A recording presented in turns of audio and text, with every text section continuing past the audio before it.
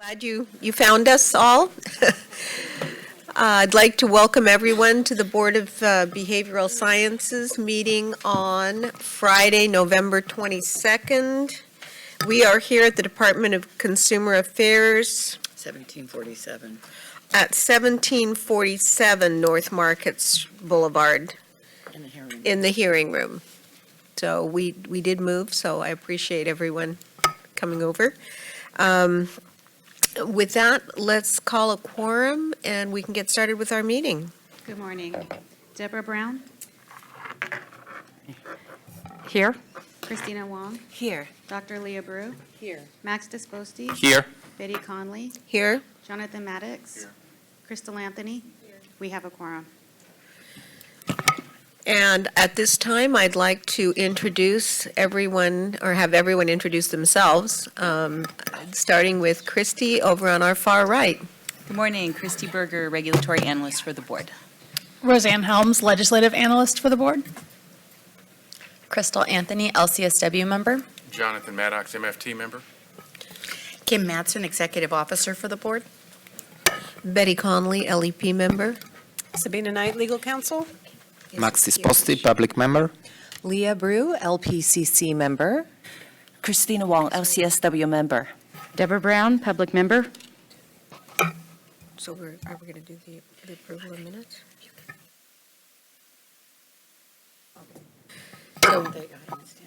Yes.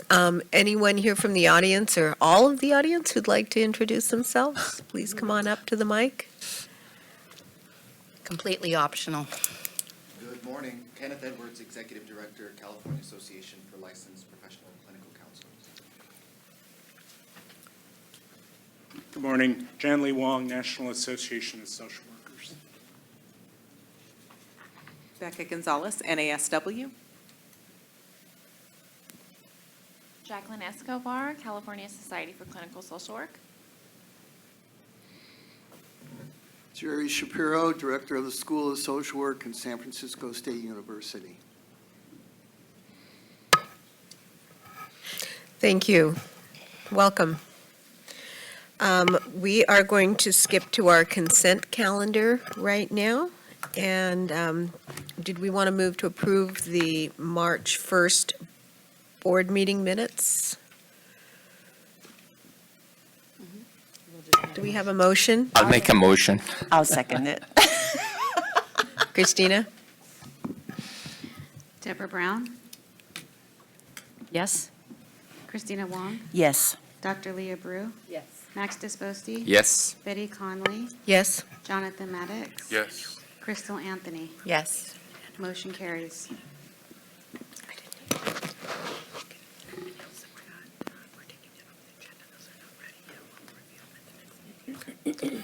And I'm just reminded that we are removing the approval of the May 9th and 10th board meeting minutes and deferring those to the next meeting. So we will review those minutes at the next meeting and vote for their approval. I am going to go loop back a little bit because I just saw our new DCA Director, Kimberly Kirchmeyer, enter. Please welcome and come on up and introduce yourself. Thank you for coming. Absolutely. It's freezing outside. It is. Oh, my goodness. Well, good morning, Chair Conley, members, and Ms. Madsen. I just wanted to say it's really a pleasure to be here today and meet all of you. This has been quite an interesting couple of weeks for the last couple of weeks, as you can all imagine. But thank you for allowing me this opportunity really to introduce myself and provide you with an update on the Department of Consumer Affairs and some of the things we're going on at the department. So I have to tell you, it was an honor to be appointed by Governor Newsom to serve as the Director of the Department of Consumer Affairs. The department has really been my home for for my entire career, and I look forward to working with Agency Secretary Podesta and all of the boards and bureaus to improve consumer protection in California. Just a little bit about myself and a little bit about my background. I actually started with the department about 30 years ago as a student assistant with the Board of Cosmetology. And then upon graduation from college, I began full-time with the department and eventually moved to the Medical Board of California, where I held many positions prior to my appointment as the Deputy Director of that board. I received a governor appointment under former Governor Schwarzenegger, and then returned to the medical board and was then appointed as the executive director, where I've served for the past 6 years before that appointment. So this appointment. So when I was at DCA before, I was actually the board and bureau deputy director of board and bureau relations. So I'm familiar with the boards and a lot of the individuals that I have met. In fact, some members are still on, so it's always really nice to see friendly faces. As I stated in an email that I actually sent out to all department employees, my main focus and my initial focus includes 3 main areas. And the first one is client services and satisfaction. Every position within the department actually plays a critical role in providing efficient quality services to the boards and bureaus, so they in turn can provide best experience to licensees and to the public. The other one is working smarter together. The talent in this department is actually infinite. With more creativity and collaboration between the boards and bureaus, I'm confident that we can revamp the way we do business. We have great teams, tools, and technology that can assist us in meeting these goals. And then the third one is data transparency and action. Using data and technology to better inform our decision-making so action plans are developed to drive down licensing and enforcement timelines and provide measurable achievements. And this is something I know that Ms. Madsen is probably familiar with. Just as the executive director of the medical board, it was always interesting. I'd have staff come to me and say, we need all of these more resources. And I said, okay, well, you know, here's what I'm going to require of you to justify that. So you need to look at how many of X do you get in this time frame and back it down into where you can really tell your story through data, because that's really what our control agencies are going to be looking for. And that's what I want to make sure that we're using really data to drive a lot of the decisions that we make. So with those things in mind, my main areas will be the time frame for processing regulations is one of my main focuses. Obtaining fiscal reports for the department and then for the boards and bureaus so they can use them. Decreasing the time frame to perform investigations by the Division of Investigation. And then really working on ADA compliance issues. And then also ensuring that all legislation is implemented by the boards and bureaus within the department. So those are going to be my main focuses in the first year that I'm probably here with the department. So just to give you a little bit of an update, we have had a lot of changes within our executive team. So I wanted to kind of go over those changes. And it's actually bittersweet that I have to report that the departure of some of our colleagues here at the department. So Chris Schultz, who was the Chief Deputy Director, he was actually appointed by Governor Newsom to serve as Chief Deputy Commissioner at the Department of Business Oversight. And his last day was actually November 1st, as was Karen Nelson. As you remember, she was the Assistant Deputy Director for Board and Bureau Services, and so she also left on that date. Patrick Lay, as most of you may remember, he was also with the Board and Bureau Services, and he actually went to Assembly, Business, and Professions Committee. So that's actually a win for us, right? Because we can definitely reach out to him when we need him over there. And he was a great asset to the department. I know he'll be great over there. And then another individual, Deputy Director of Legislative Affairs, Dennis Cuevas Romero. His last day was actually November 15th, so he's left the department, and he actually went over and accepted a position with the American Civil Liberties Union. And then the last one actually today, and this is a sad day for us because today we're going to actually lose Deputy Director of Board Bureau Services, Chris Castrillo. And so today is his last day, so we're going to lose him from the fold as well. So all of these individuals were integral members of the department's executive staff, and their contributions to the department will be greatly missed.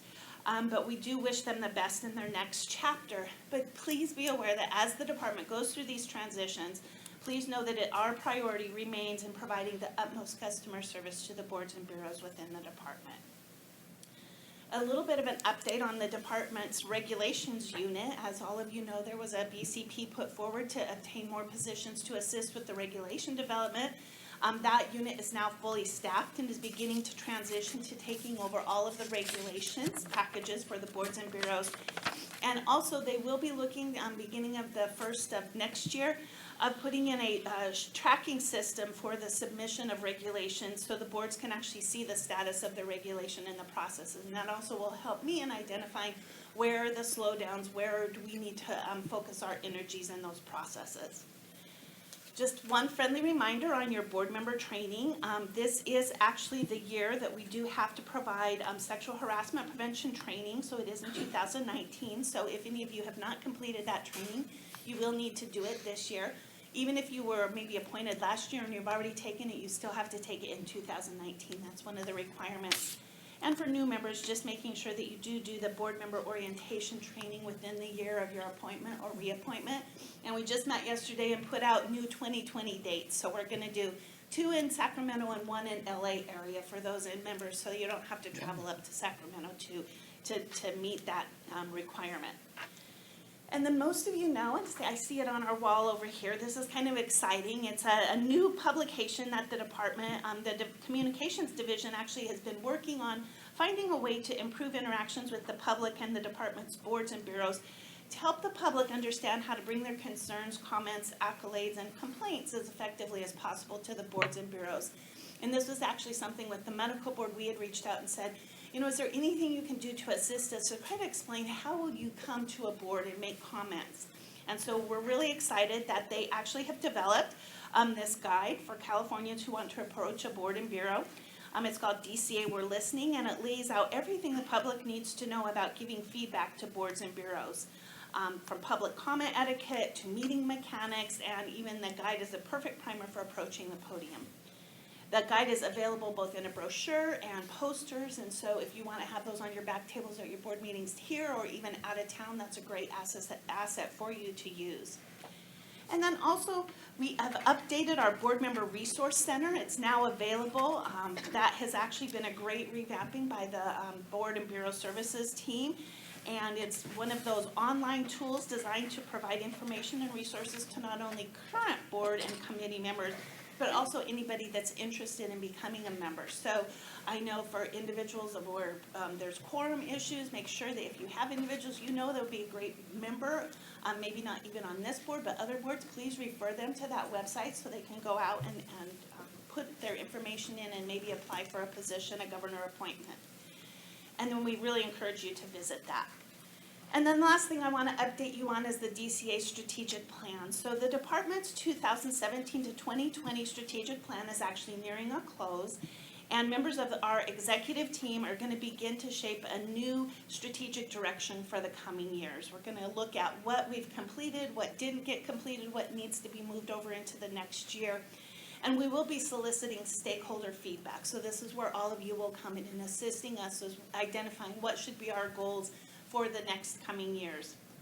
So with that, that concludes my update. And again, thank you for this opportunity to present to all of you. And I just want to thank you and really Ms. Madsen and this board really for the diligent work and valued partnership that we've had over the years. And I want to just continue that commitment to your board as we've had in looking at best practices with Ms. Madsen and I over the years. Want to continue that now in this role as the director of DCA. And with that, I open it up to any questions you may have for me. Leah. When will you have the dates for that training? So I'm going to give you them right now, but please check with them because we're going to be uploading them on the website. I believe it is March 23rd, potentially. It's the last week of, or second to the last week of March, so that's one of them. In June, we are going to have a TBD because we're actually looking for a LA facility. So that's where if any of you have a LA facility, it's kind of difficult for us. We kind of look for an area where it is, we don't have to pay anything for that facility. So if you, any of you LA members know of a location that we could actually use, if you would let the department know, that'd be great. But we're looking at the end of June. And then the other one is going to be, I think it is like October 21st. But we will definitely get those dates to you, and I can give those to Ms. Madsen so she can forward them on to you. But it's going to be March, June, and October. And are they all on the same day of the week, or is it a different They're day? Wednesdays, yeah. I mean, is that a recommendation? Are you looking? Because I'm recommending doing different Okay. days for each of the trainings. Okay. Yeah, because Fridays are easiest. Just as a hint. No, actually, that's a great suggestion. You're right, because we do have different individuals whose Friday could be easier. I know when we do ours, it's always dependent upon, okay, what day is our member going to be able to attend? So definitely, we can look at that. Absolutely. Thank you. And then, Well, I'd definitely just like to thank you and welcome you. I mean, we've all heard wonderful things, and I'm just so excited about moving forward and tackling some of the issues that we have pending. And anyone else? I just want to congratulate Kim. As she alluded, we've worked together throughout the years. Probably the first real close interaction was when she was with Board and Bureau Relations. And as you heard, her staff is thinning a little bit. And so I have made an offer from our staff, our board, our executive team to assist her while she's in anything that she needs until she gets her full staff in place. So absolutely, yeah. No, I mean, it's, we both believe in the team collaborative environment and supporting one another. And so I'm really looking forward to her leadership. And I'm really looking forward to building that bridge with the boards and bureaus where we're all working together as DCA as a whole. Just a quick comment. So I know Kim is very, very excited to have you on board. I keep telling everybody, please remember though, I'm not a miracle worker, okay? We're not Or putting you up on the otherwise. pedestal, but I just want to convey that, congratulate, for you getting the position. And I'm really hoping that, even the last administration at DCA, there's still many good things has been done. And it needs to be followed up, the whole, the equity of the salary and stuff like that. So I just want to put it out there for this moment that, please continue that project. And hopefully we can see, a lot of the equities among the boards and stuff. And that is one of the projects that we're working on right now, so that's perfect. Yep, and we will definitely continue that great work that has already been started. Wow. Thank you very much. for Thank coming. you. Thank you so much. So I'm going to move on to our next agenda item, and I would like to start. I'm very, very excited to introduce our new board member, Crystal Anthony. Crystal Anthony, yay, is our new LCSW member, and I am going to let Crystal tell you a little bit about herself. Hello. I don't know if you watched me on the webcast. I was kind of goofy, but my name is Crystal Anthony. I was born and raised in San Diego. I live in Oceanside, but I actually do a lot of my work in Orange County. I started my social work career in San Diego, though, specifically in Oceanside, in the North County region of San Diego. I developed a human trafficking program there where I worked with a task force and was one of 9 task forces for the state. And that really led me into a lot of different directions, but it really grounded me in the work of social work, where I really learned what working that front line looked like and walking beside clients and doing that type of work. It was a 24/7 response type work where law enforcement could call me at any time and I would roll out of bed and go out to the motels and hotels. And it was work that I really value and enjoyed. And then I moved on to work in Orange County. I worked at the juvenile detention facility there. And initially I was working a lot with the girls and doing a lot of similar work with commercially sexually exploited youth. And stumbled upon a unit where it was really these boys that were throwaway boys. They were all being tried as adults, and I recognized the missing links in there and begged to be in that unit because, of course, I wanted to be, and got to implement a lot of holistic treatment. I'm also a yoga teacher, and so I did yoga, mindfulness, meditation, and I do Reiki. So I kind of just expanded the work that I did as a social worker and did therapy. But then I also did other types of programming and stuff, which then expanded me to recognizing the gaps in our system. And this past year, I started a nonprofit in Orange County, and I also work for Program for Torture Victims. So I work with asylum seekers, and I work with victims of torture. So they come from people that come from other countries of all ages, men, women, children, and through their journey of asylum. So I do that, and then I also work in the criminal justice system. So I'm really busy. I love what I do. I'm really passionate about it. You know, I feel honored to be on this board. I feel thankful that I get to work with such incredible colleagues who've really been a really great joy the last couple days. And I look forward to serving my community. I think one of the major reasons, one of the questions that kept getting asked to me is, why did I want to serve on the board? And that was like one of the interview questions. They ask it to you like every single time you get interviewed, because there was lots of them. And I kept saying it's because I want to be a voice. Like, I want to be a voice for those previously incarcerated people. I want to be a voice for people who've been system impacted. And I want to be able to be like the social worker that I always dreamed of being, and being that for the community. So I'm really grateful. I feel honored, and thank you. Wow, welcome. Tough to follow that. And Crystal has jumped in with both feet because, as you know, we had to unfortunately cancel our September board meeting. And so we've had kind of a double opportunity to review materials, and so welcome again. All right, and our next person of interest is our very own Kim Madsen, who was elected to be on the ASW Board of Directors to serve a 2-year term. So a huge congratulations to Kim for that. Yes.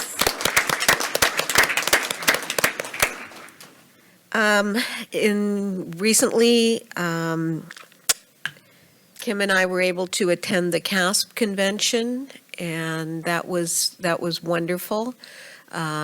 Kim was able to provide some information and presentation on continuing education, as well as sit in on some of the newly developed suicide prevention training that's being implemented through the CASP organization.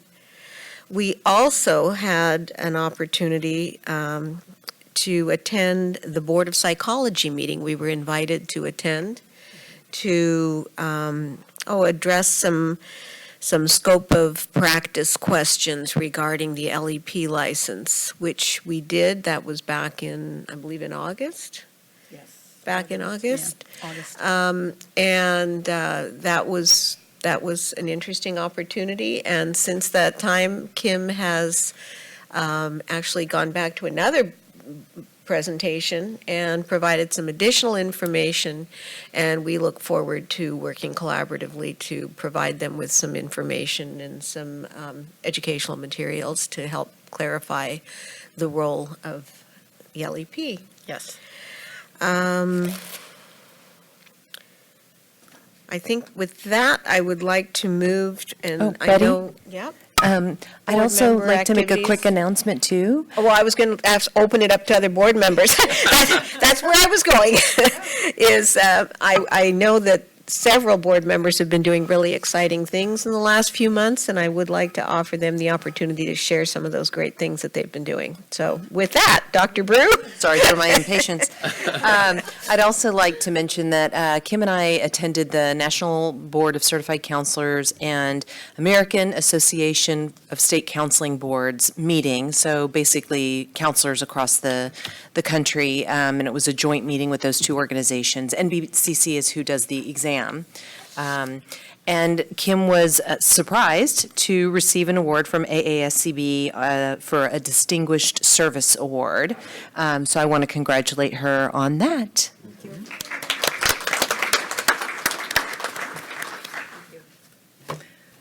So I also have the pleasure, to attend the ASWB Association of Social Work Boards annual meeting in Orlando, Florida with Kim. And what a wonderful opportunities to meet the other jurisdictions. They were like, altogether, I think they have 70-something jurisdictions, and with 53 jurisdictions around to really share and exchange experience and challenges and a lot of the success, around, enhancing the social work professions in the nations. And of course, to me, the most fun of all is really seeing, Kim win the election. And so I just want to reiterate, it's not just you cast a vote, it's a very heated 3-round vote. And Kim, I'm so excited, to have Kim on the board to really represent California and also to bring, what we have done, a lot of the hard work, to the nations. And when we talked about our license portability bill, they were all like, oh, you have done it? I said, yes, we have done it. So this is very, very exciting. So I just want to congratulate Kim and also thank the board to give me the opportunity to represent California, to be a part of the ASWB board meeting. So pretty amazing stuff going on out there, and congratulations to everyone. At this time, I would like to take the opportunity to recognize board staff for years of service. And I have, Max and I have, are we going to go up front? So we're going to go up front, and hopefully everyone can hear us as we call out the board members. Oh, okay. I'll correct those. I took them right here. Okay. I'm not going to say that, though. No, I can't believe that. No. I know. Just the not way- surprised. yes. And the way it's going? Okay. I looked over and I went, So we are going to start recognizing, with a recognition process with Andrea Bertram Mueller, who has been a probation analyst, celebrating 5 years of dedication and service. And I do know that Ms. Bertram Mueller is not in attendance today, so we will be saving that certificate for her. Next, we have Lisa Sigaleski.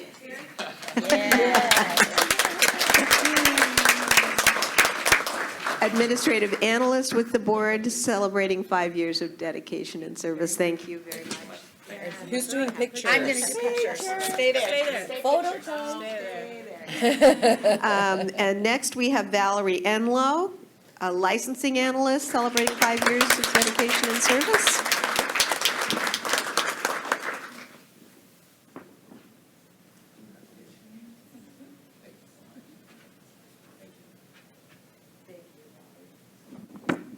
Portia Hillman is an administrative support person who has been here for 5 years. Portia is not here today as well, so we will save her certificate.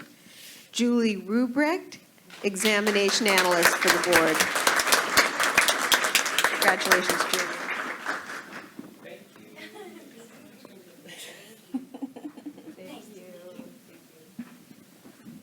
And last, we have Craig Zimmerman, probation analyst for the board.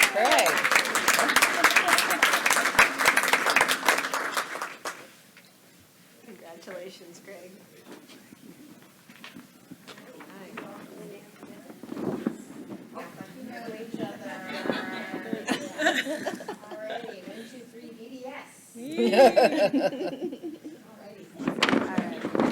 Now it's safe. Yes. Go back.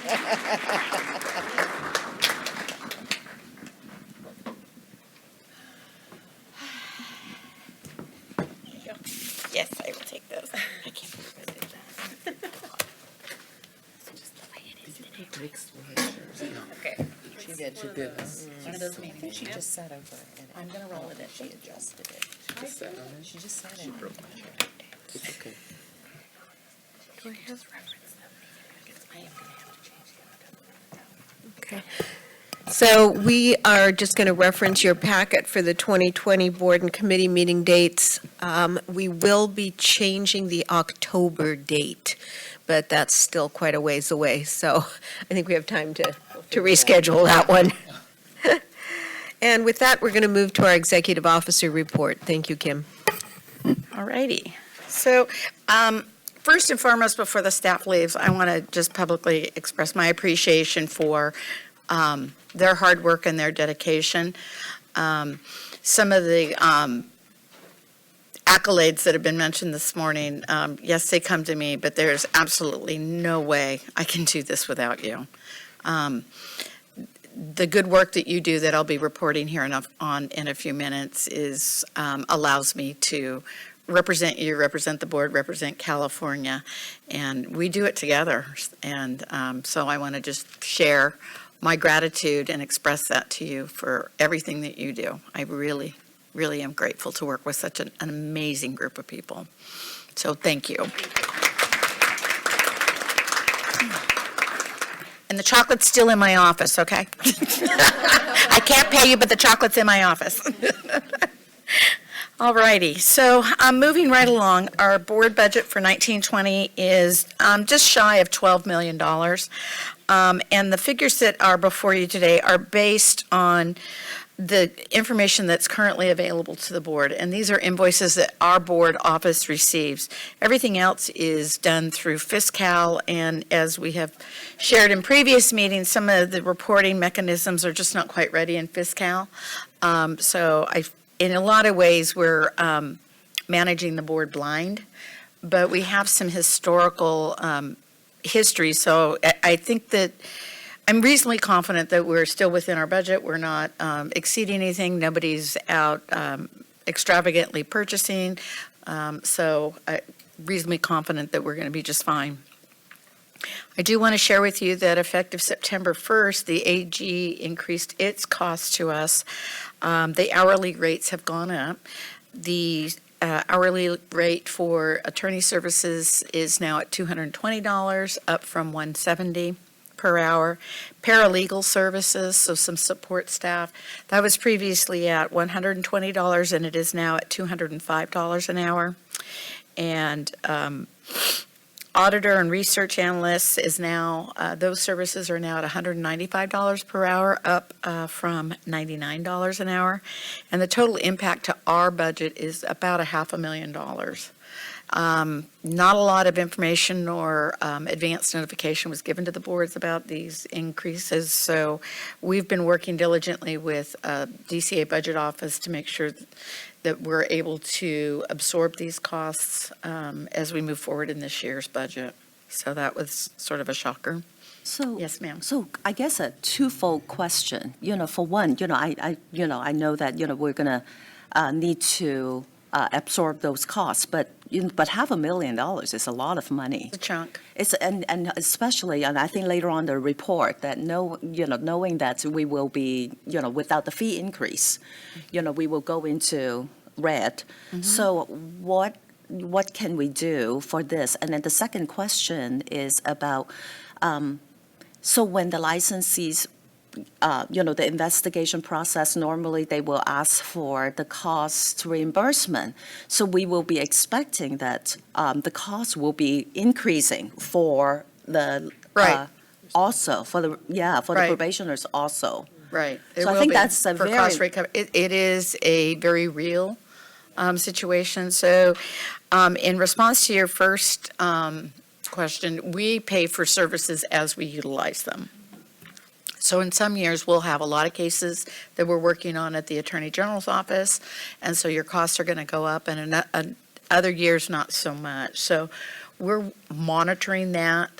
Preliminary reports that I've gotten based on our usage and in our current budget structure, we can absorb this $500,000 hit.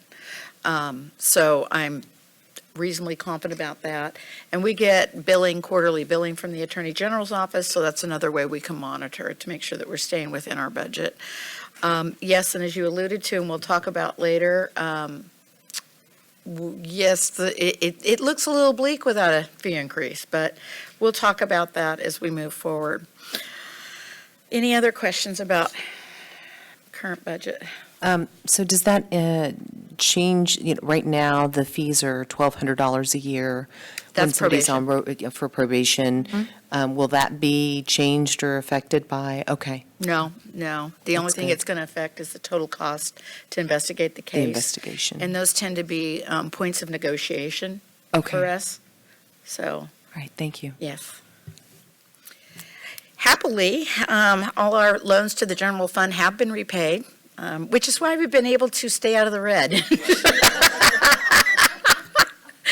Ah, yes. So as Ms. Wong mentioned, our current fund condition projects a 0.9-month reserve, so barely a month in reserve. That's how we're going to end the year.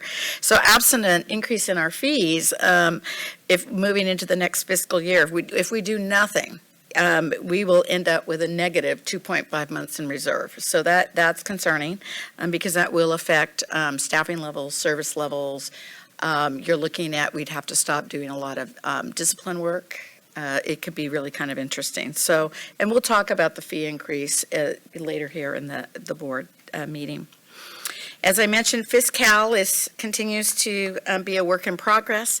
The last information I had from the DCA Budget Office is that they still have not finished closing out fiscal year 18-19. We are under the impression that we did end up in the black. So this is good news. And as of today, I have absolutely zero information on what we have spent other than what we have received in our office. So as Ms. Kirkmeyer alluded, that's a priority. It's a little hard driving the car blind. This past fiscal year, on July 1st, DCA submitted its annual report to the legislature about DCA pro rata costs and how, they call it distributed costs, but it's really our pro rata. They're required to submit that report annually, and they're required to tell how they determine how those monies are determined and our share. Typically, by and large, our share of cost is determined on the number of staff members that we have. So no way to get around that. And that seems reasonable.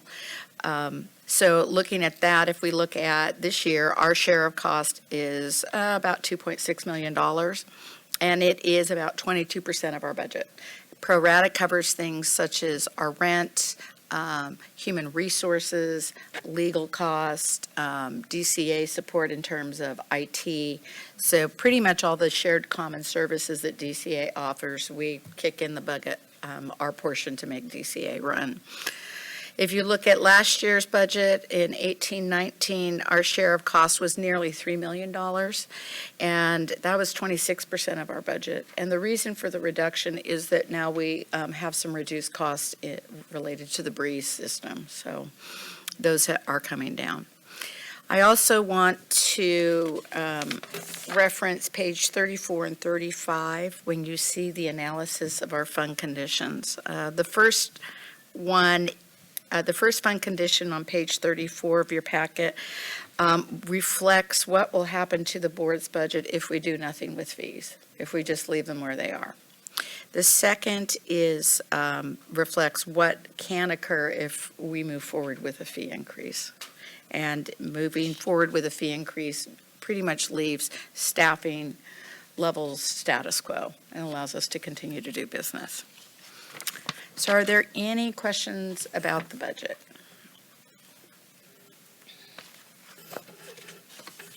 Always happy to give that good news.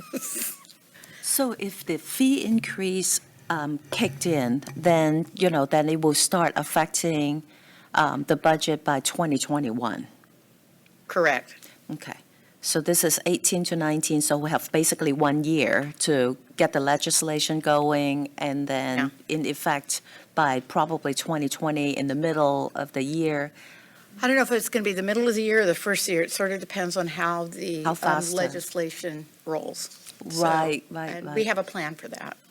Perfect. We can talk about that when it comes, but I think that's a very important figure for the board members to know. Without the fee increase, then we will go into the dip. Mm-hmm. Yeah. And I become personally responsible for anything in the red. Did you say personal responsibility for We're us? No. I just want to clarify what personal means. There's a statute that says if we overspend, it's sort of my fault. I like my house. I want to keep it. We like eating at my house. So that's a big part of the responsibility for the EO. That is. So if it goes into the red, it's a personal liability. Can be personally liable for it. I don't know of a situation where that has occurred. but the possibility exists. And I really don't want to be the test case. I was just going to say, we don't want to test that. Really don't want to do that. No. Thank you. Oh, you're welcome. All righty, if there are no further questions, we'll move on to operations. Here are quarterly statistics for the first quarter of 1920. Not surprisingly, our application volumes did go up 24%.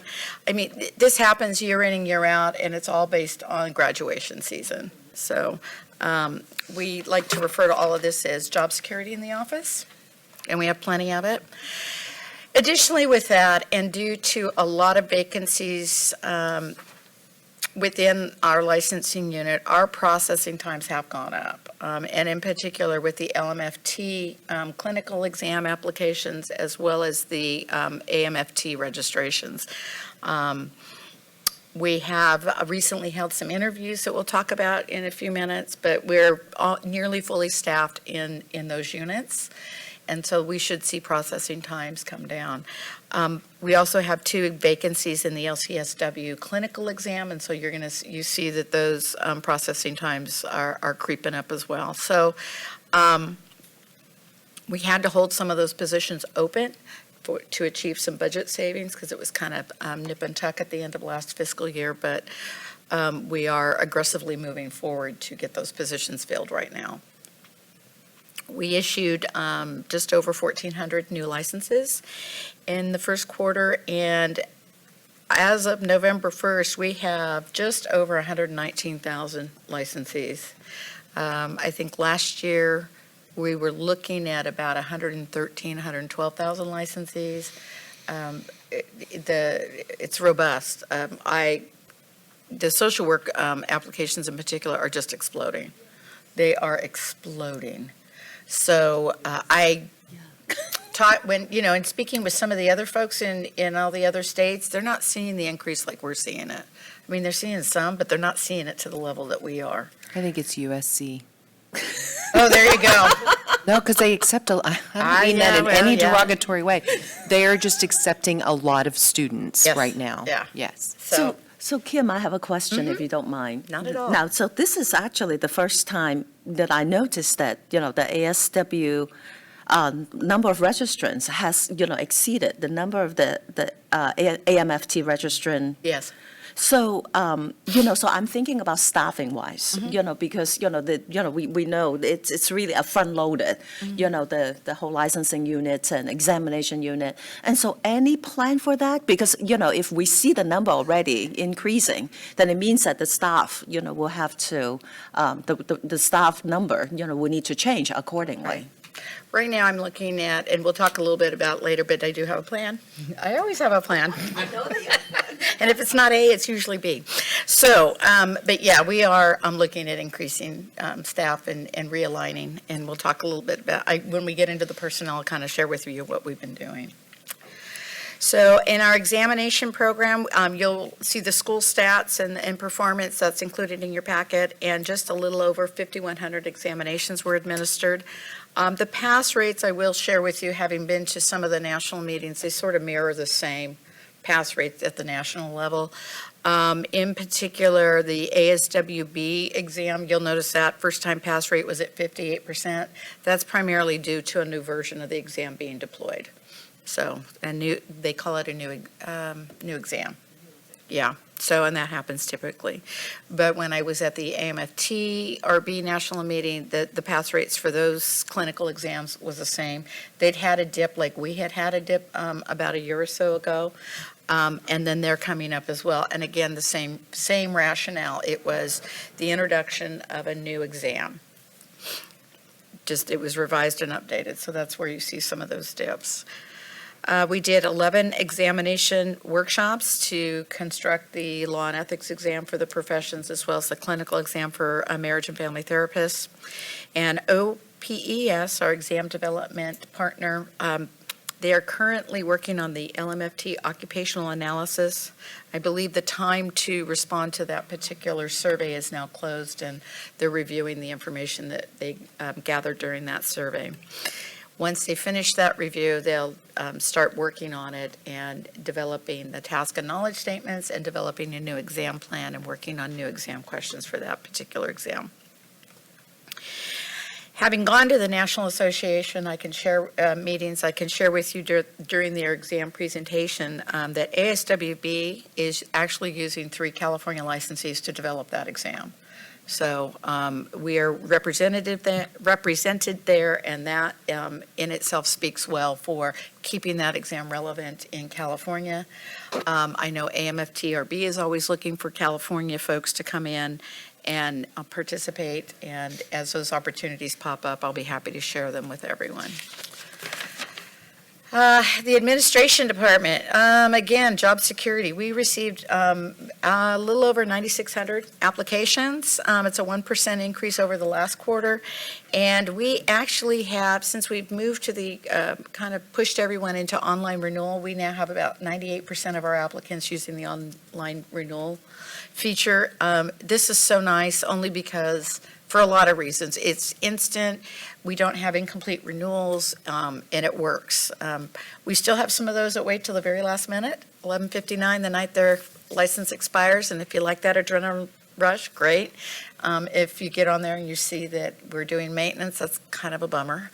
But, you know, I like the feature. It's working well. It's relieved a lot of, you know, a lot of calls, a lot of anxiety. It's a really great way to renew and keep it current. In the enforcement unit, we received 508 consumer complaints and 390 criminal conviction notifications. We closed 847 cases, and we referred 44 cases over to the Attorney General's office for formal discipline. We currently have 351 cases pending at the Attorney General's office, and we prepared 23 accusations and 7 statement of issues. And the number of citations that we issued in the last quarter were 86. Board members are alive and well and busy. You had worked on adopting 16 decisions. That's a lot of reading. And I'd like to report, this is the second time we've been able to report this, but our average number of days to complete formal discipline, which is measured from the day that that complaint comes into our office to the day the decision is final, it averaged 393 days this quarter. The DCA performance measure 4 goal is 540 days. And this is the second quarter we've been able to report that we are under the DCA performance measure. So Kim, in that sense, what changed to make that more expedient? Two things. First of all, we have 2 positions dedicated to just monitoring any case that goes over to the AG's office, make sure that it's moving through the process timely. The other issue, which is probably the more critical piece, is that the Attorney General's office was able to staff up. So they have more staff, and that's helpful. Very, very helpful. And that latter piece was one we had absolutely no influence over. I mean, that just had to happen to make it work. So very, very grateful with that.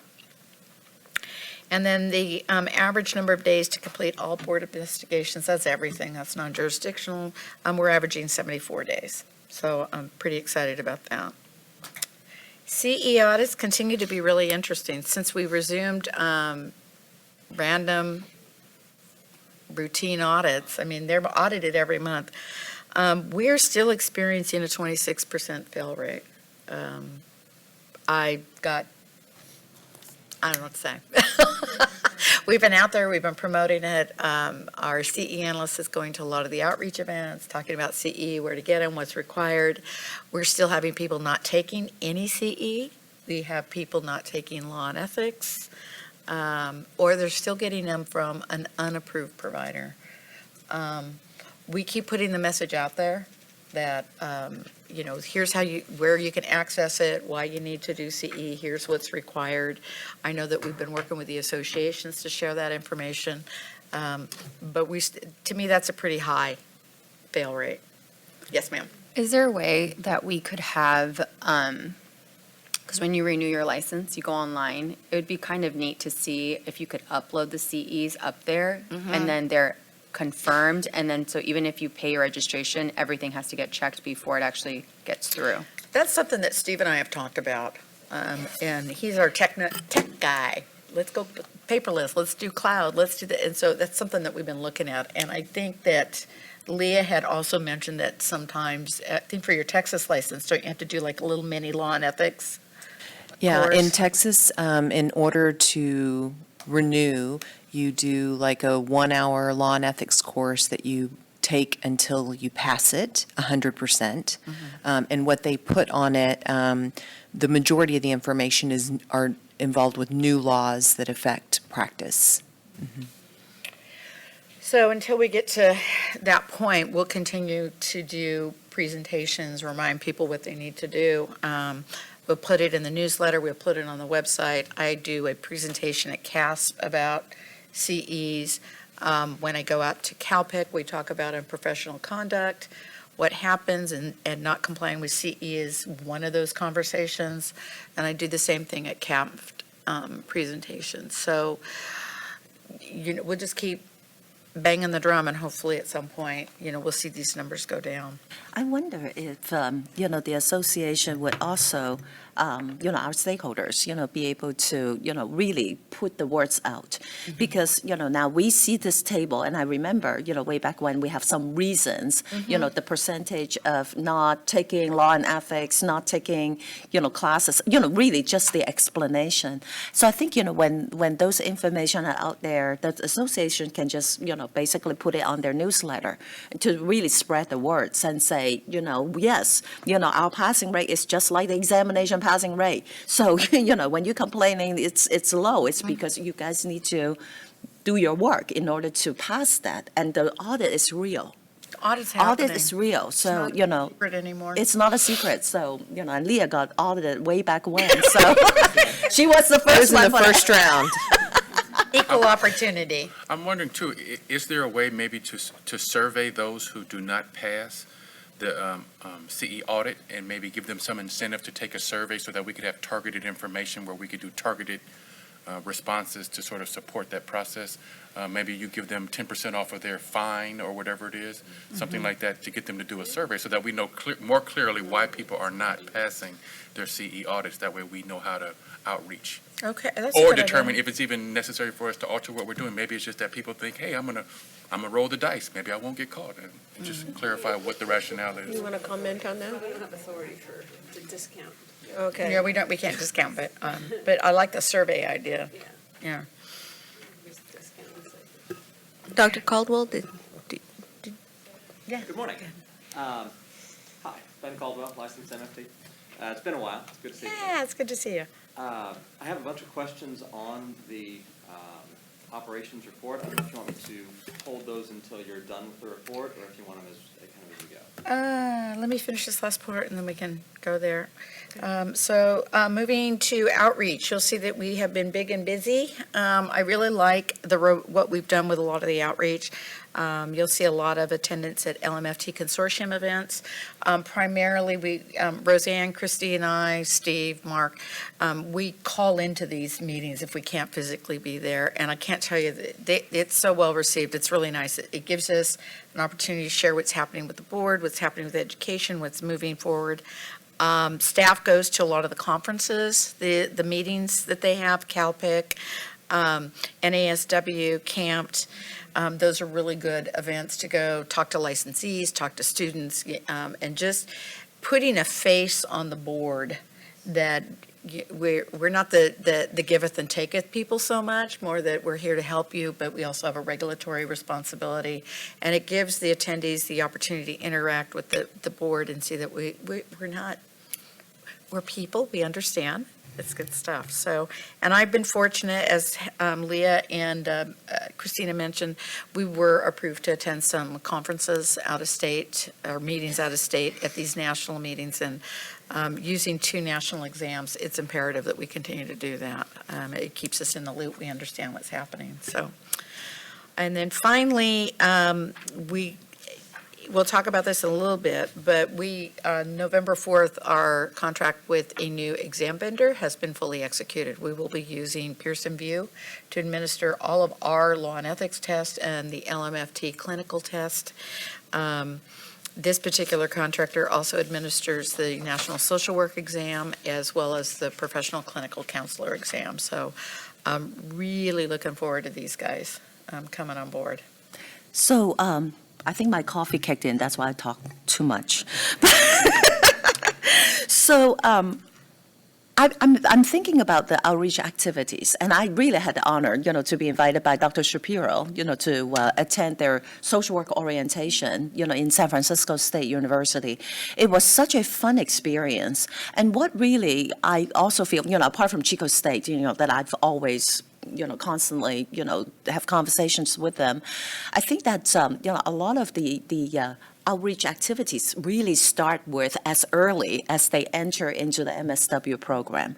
Whether it's about our new licensing requirement, the criminal conviction background, that's always the hot topic because, once they're very into it, then all these, it speaks to some people.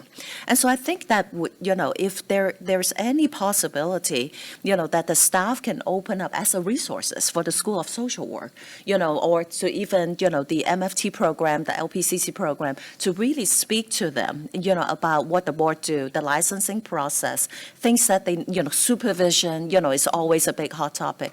I think that would be really wonderful, to prepare the faculty. Sometimes, I just have to say it, faculty may not even have the most update information. And so I think have that possibility, the opportunity, to really connect the board connection with the students and the faculty. I think it will be very beneficial, for many years to come. I would agree with that. I've been the last several years fortunate to be the featured presenter for USC and the California Society for Clinical Social Work presentation, and we talk about nothing but the licensure process. I know that staff has been contacted by some social work schools that they would like to partner and do some of the same things. So we're open to that. So if the schools really want to, if we want to do something in Northern California, something in Southern California, we're open. We're open to it, absolutely. Sometimes, nowadays webinar is so Yes. wonderful because the Yes. capacity, you can host many people. You can even have a date, that, we're holding webinar, to talk about whatever subject. And then to really advertise it to the student, now you can even join that webinar on the phone. Right. It's really amazing. So I think, using the technology, to do the reach out would be another way to, to do. I agree. And that's my And presentation. And I heard you say you're going to elaborate a little bit on the exam Yes. vendor. Yes. So I will hold my questions Okay. on that. On page 46, the dates of process applications, that chart at the top, Yes, those are reported as calendar days. right. My recollection, I could be mistaken about this, my recollection is that those had in the past been reported as business days. I didn't know if there had been a change. There's a change.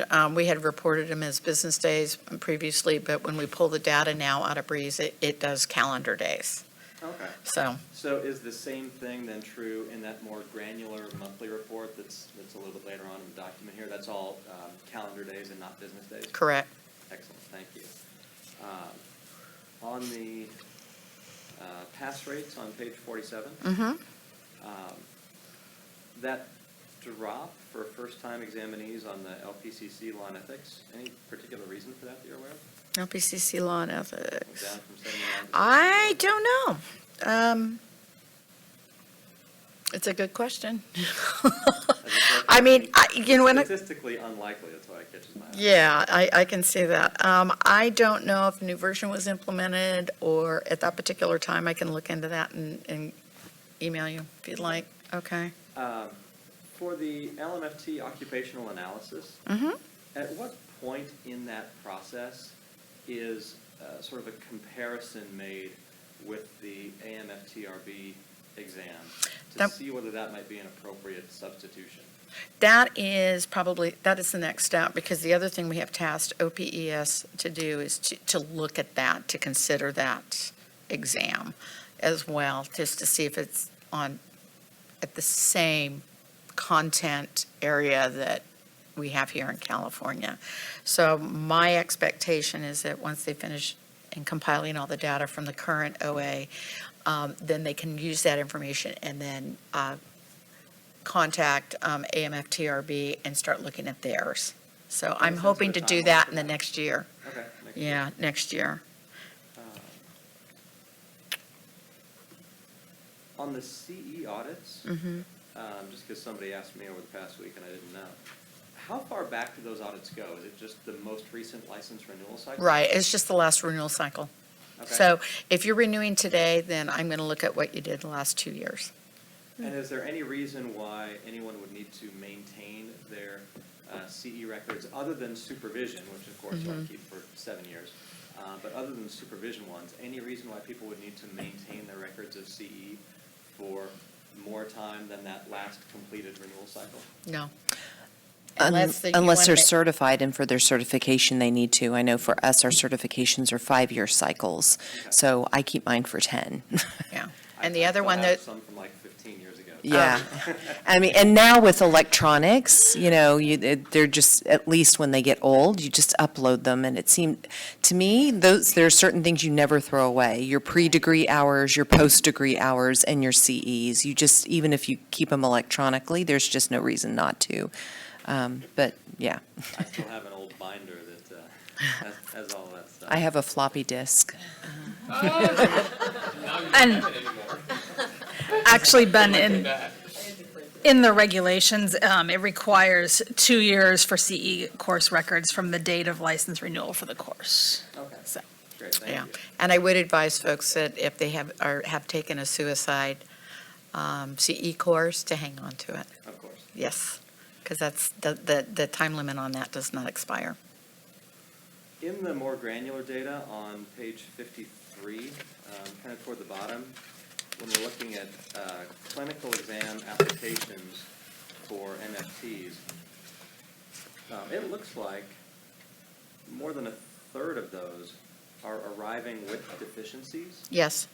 And I'm wondering sort of what we can do about that. I know that the streamlining hopefully should help because it's just less stuff that can go wrong. But is there anything in terms of either on the technical side or just on the educating licensees side? Because it seems like with that many applications coming in deficient, that's a huge sort of bottleneck in the process. Yeah? It is, and it is something I want to take a look at. Been noticing staff when, if they're telecommuting, because that's one of the things that we're trying to do to mitigate and move people through the process. They'll come back and report to me, I approved X number of applications to move forward, and I have X number of deficiencies. It's 50%. And it doesn't matter whether it's LMFT or if it's LCSW clinical, they're both 50% deficient. So one of the things I want to take a look at this coming year is I want to see why they're deficient and then start addressing those reasons. Because it's beneficial it's beneficial to the applicant to have a complete application, and it eliminates some double work. Yeah. Thank you. And then I don't know if you're going to get into this in the personnel stuff, but just wanted to get, you said that the evaluator positions are almost fully staffed up. Just because I know people are going to ask, I wanted to get numbers on that. I'd be happy to give you numbers in just a few minutes. Okay, very good. Thank you very much. All right. Any other questions? Actually, I just wanted to respond to something. Ben, was it the law and ethics for LPCC? You noticed the big drop? Is that what? Yeah. So looking at the data, that mean is it matches the out-of-state people. And there were, when you look at the numbers, about 20% of the exams were taken by out-of-state people. So that probably has a big influence. And then there are a couple of universities that had a lot of students taking it that didn't do as well. Like, there's probably something about those programs. But when I look at the trends, that seems to be like the largest chunk of it. Yeah, go, please help. Jerry Shapiro, School of Social Work, San Francisco State. Welcome. I love your social work presentation. And you're joining a highly esteemed LCSW colleague. Sir? I was just going to suggest you may want to hold the handheld mic. You're tall like I am. I know, Does it Jonathan, actually- you're tall like I am, so. It is picking him up? Okay. Law and ethics. Thank you all for this discussion. Maybe a next step would be consideration of incorporating a law and ethics exam into graduate programs in coordinated action with the board, because I'm concerned about the internship component and consumer protection in terms of interns. And being able to, just from the student's perspective, being able to give them a sense of the immediacy and importance of those provisions and some of the nuances that go along with interpretation, especially as we're operating now more and more in cultural humility and trauma-informed practice environments. So to begin those conversations of how the law applies and how ethical matters come up, and maybe that would generate some really valuable statewide data. And that maybe that would lead to a collaborative partnership between the schools of social work and the board. And I know this was mentioned at the last California Deans and Directors meeting, and I think there could be some really fruitful conversation in terms of how to put this in place. I know from the association nationally, I would say at this point, most states actually don't have law and ethics, which is why examination, which is why it has to be incorporated into the national examination, which takes away some content from the clinical focus. So I'm thrilled that you're going to be representing us. I don't know if you've been to Culpeper yet, but that's... Haven't been there yet. Way Soon. back when I represented California on that examination board. And I'm thrilled that your voice will be there. So maybe this begins a wonderful conversation in terms of how the schools can work directly with the board to really incorporate a high standard of law and ethics at the very beginning, even if USC is, I'm sorry. Just a comment on that before I sit down, and Jan Lee knows I bring this up all the time. Part of the explosion is the job market. And I know Jonathan is challenged in terms of the Bay Area. I post 150 jobs just in the Bay Area each week, and I don't have enough time to post all the jobs. And that ultimately, I think, may become a challenge for the board, because what's happening is that there aren't enough LCSWs, so MSWs are being elevated into LCSW positions. There aren't enough MSWs, so now BASWs are being elevated into MSW positions. And in 2 weeks, I'm meeting with some faculty at City College of San Francisco, and there now is articulated movement of even community college students into some pretty serious positions of internship. So there may be really important opportunities for the board to set some guidance and standards. The demand is just extraordinary. I don't know how it is in Southern California, but in the north, it's just, yeah. so, thank you. Thank you. Kim, with regard to the idea about the law and ethics piece, I mean, I think that'd be helpful in all the professions, and particularly if you ever can get that exam to be electronically done, then most universities have computer rooms where people could take that. Because I agree, I find it a little bit scary with the pass rates being what they are. The clinical exam, I'm not concerned when it's 70-something%, but the law and ethics exam, when it's at 62%, like it is right now for LPCCs, that's a little scary that 40% of the people or 38% of the people are out there practicing and not doing well on that. And it's not always because they're unethical, maybe that they're anxious for taking the test, but the more people who could pass it before they start their post-degree work, I really like that idea. And then for universities that can't offer the ability to administer those, then go with Pearson, that they would have options to do that they could do it within the first month. Okay. Christina?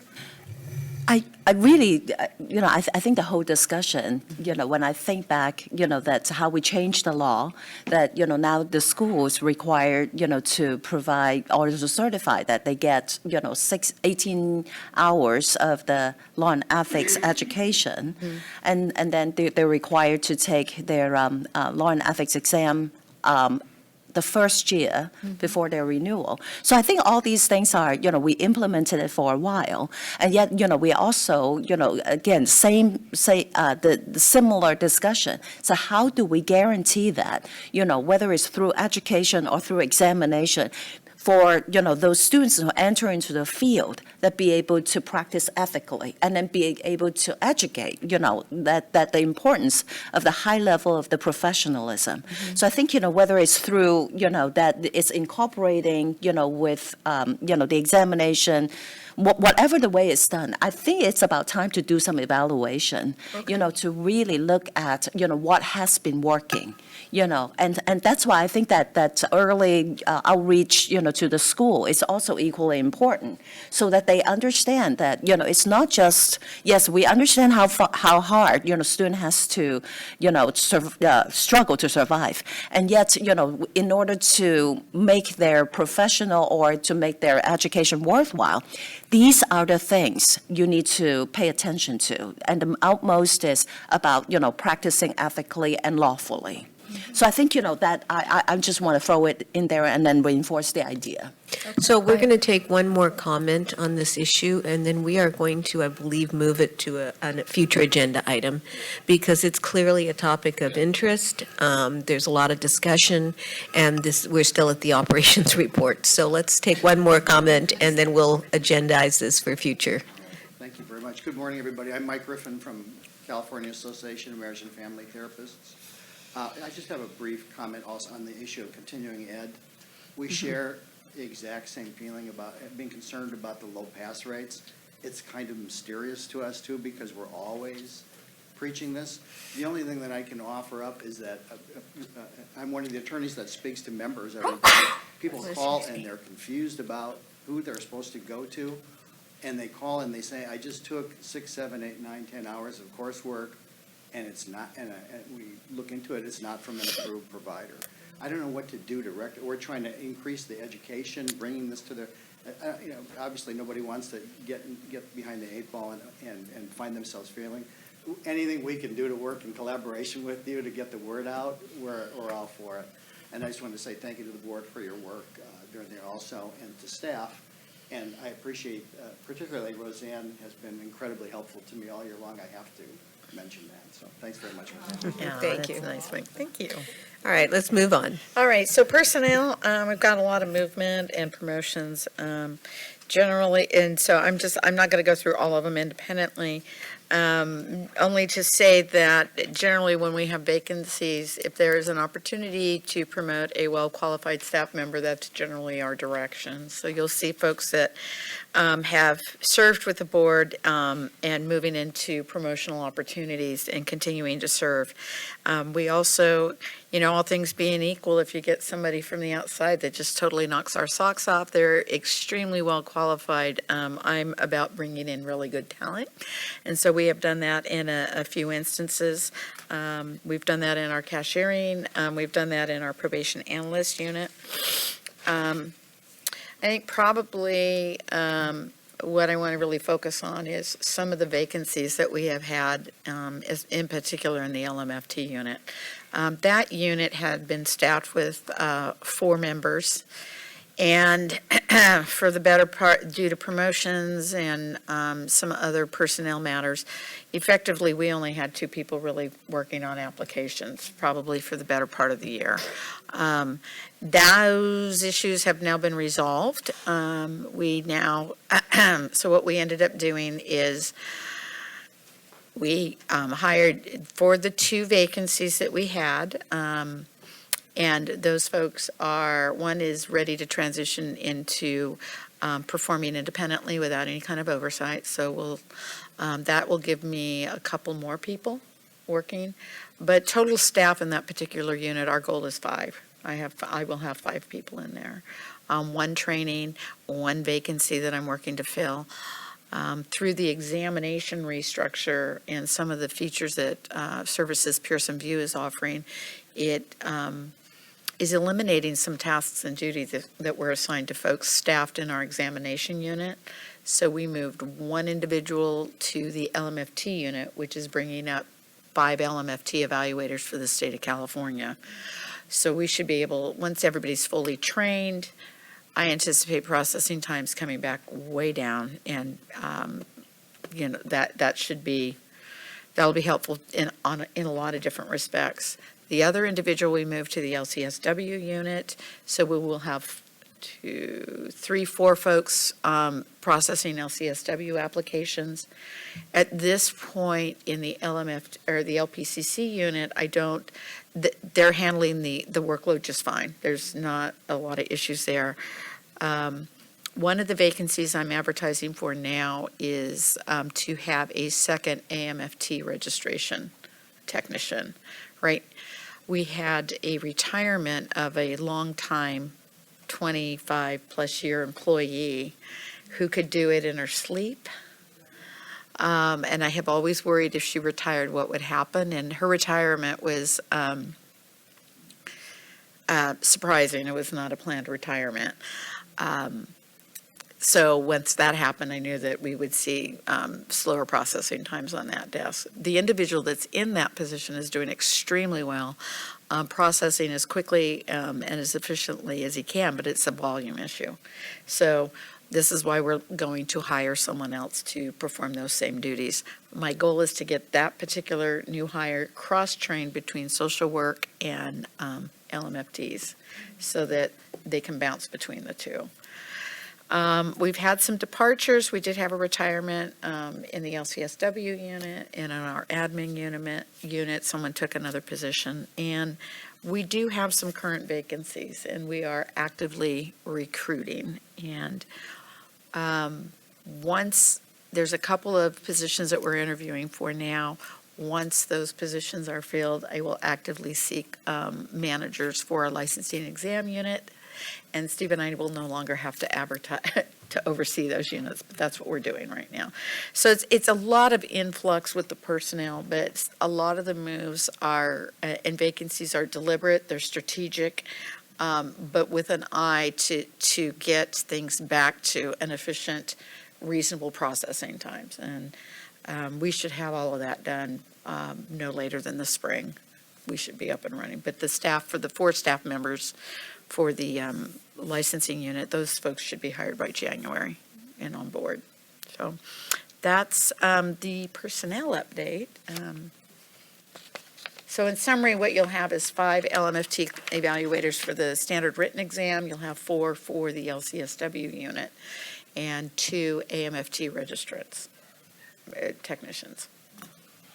So any questions? Thank you, Kim. Okay, strategic strategic plan. I'm just going to reference it. There's a few of those goals and objectives that are completed. Those are highlighted. We've got the new contract, the exam vendor, which we'll talk about in a few minutes, and we'll talk about the portability language. But by and large, I think we're on track to achieve a lot of our goals and objectives that set forth on our strategic plan. Yes?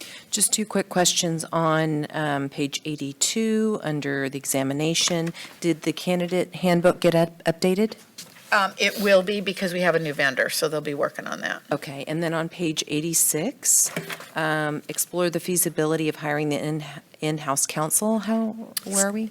Still on our to-do list. I want to see what the new leadership has Fair enough. to offer. Thank you. Kim, just on page 89, in our strategic plan, in regards to the requirements for increase the outreach activities. I remember we had this conversation when we were doing the strategic plan in relations to the new folks, the new licensee, and I wonder if the video tutorials could be also an instrument to reach out to our licensee. They also need to do the CEUs, so it could be, I know videos are expensive, so it takes time to produce them, but that could be more an official channel and more fun to look at than just reading directions. That's exactly what If we we make them want. fun. No, we want, yeah, there's some fun ones out there. So, yeah, that's on our radar right now. Lisa Sikowski, who you just met, just assumed that admin position. Yeah, I noticed And that. that's what we're targeting. And Okay, that's good if to know. you'll notice, our social media has been a little more robust lately in Yeah, the last couple of yeah. weeks, and you can thank Lisa for that. So we've been partnering with DCA Public Affairs, and we have a really good liaison, and she's extremely energetic, enthusiastic, and so we're moving Implement forward to that. that, yeah. Okay.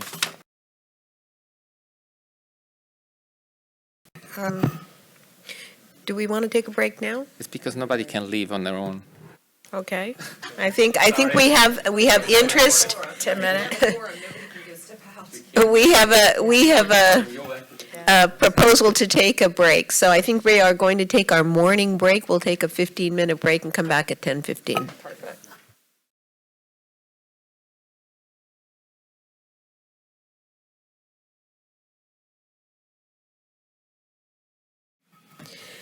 All right, so we are going to move into an update on the exam vendor contract, just with a few more details, and that will be Kim. Thank you. Okay.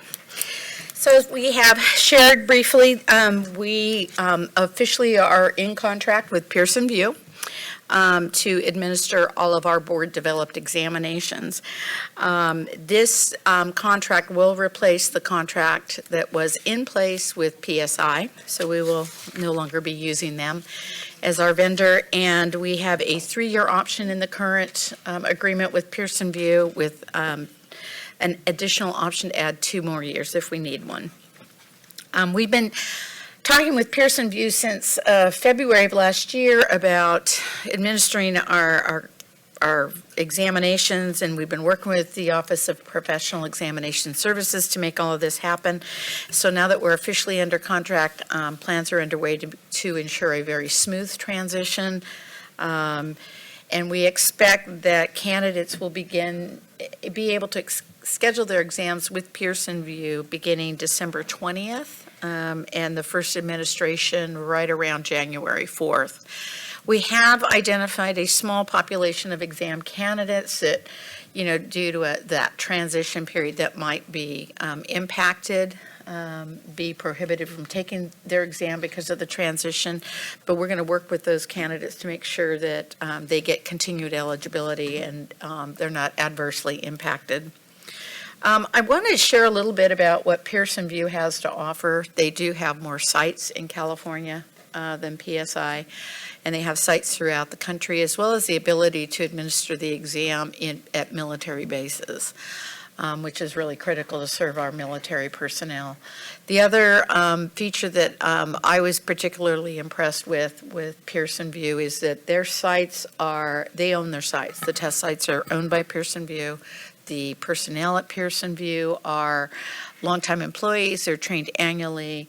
The testing experience for our candidates should be significantly more positive.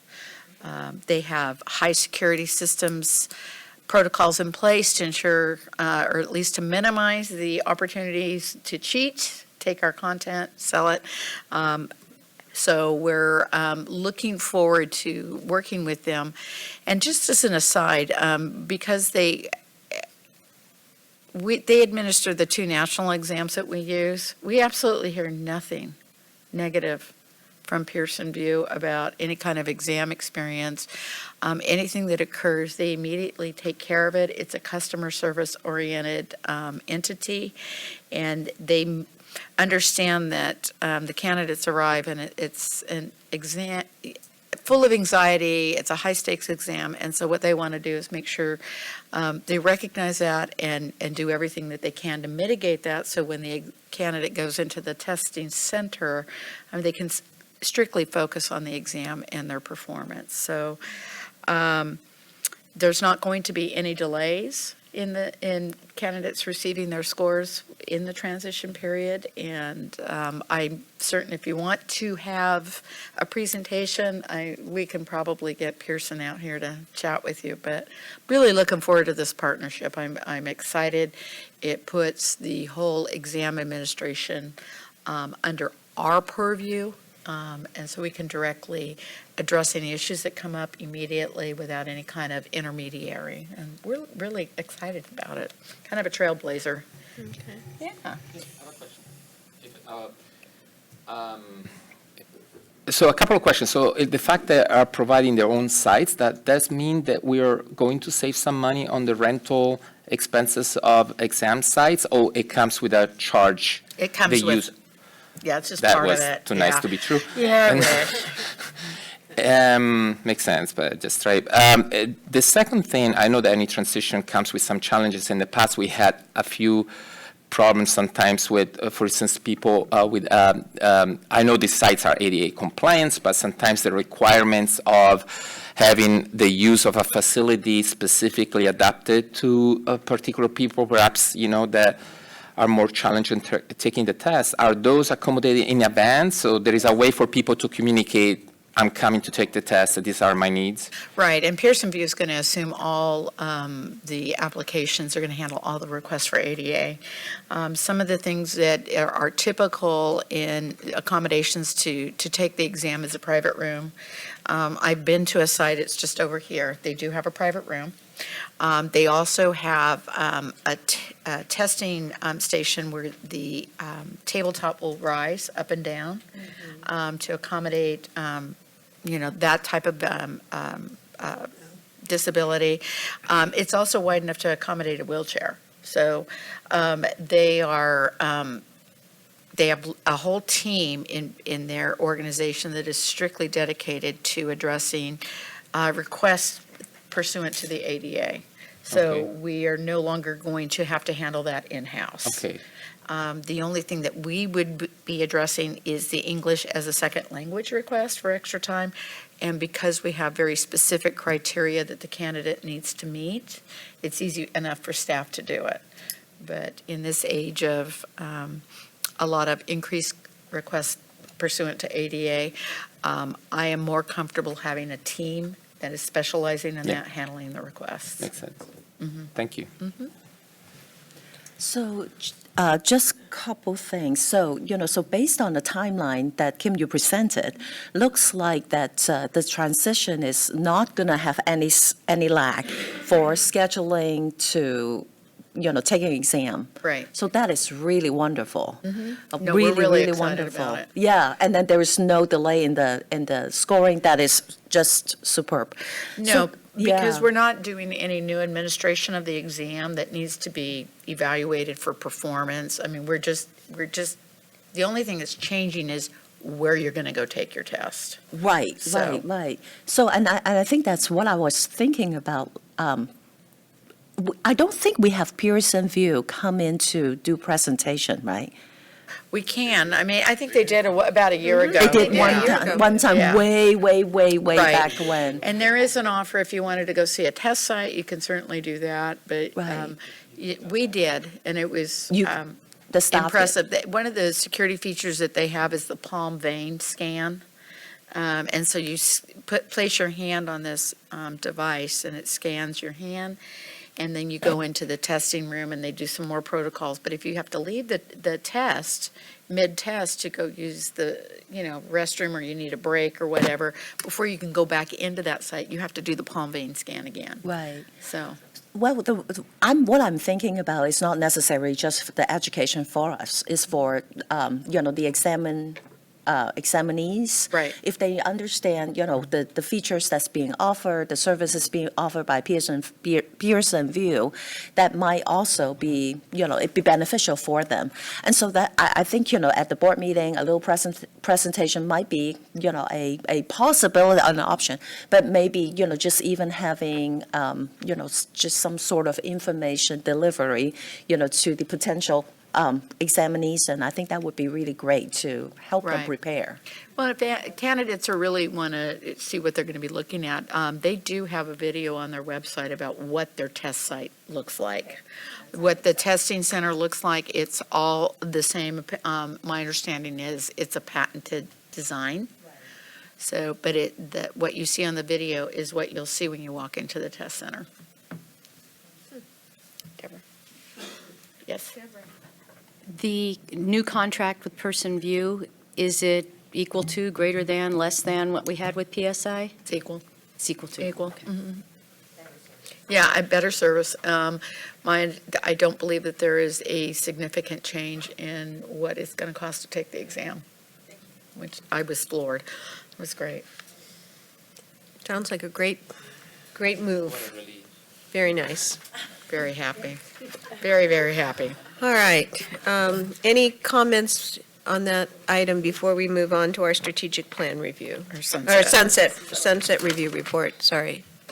Well, let's move on to that. Kim, I think you're going to walk us through that a little bit. I don't actually have the report in front of me, but we provided it early in advance for your review. Sunset in particular, this is where we, if we're lucky, and knock on wood, we have been, you get a 4-year extension on your board. And every 4 years, we go before the legislature, reporting on our activities, the performance of the board. We answer any questions that might come up regarding certain issues. And in particular, this is my third sunset. We've gotten 2 4-year extensions since, I don't know, what are we talking about? 09, 10, I think was the last.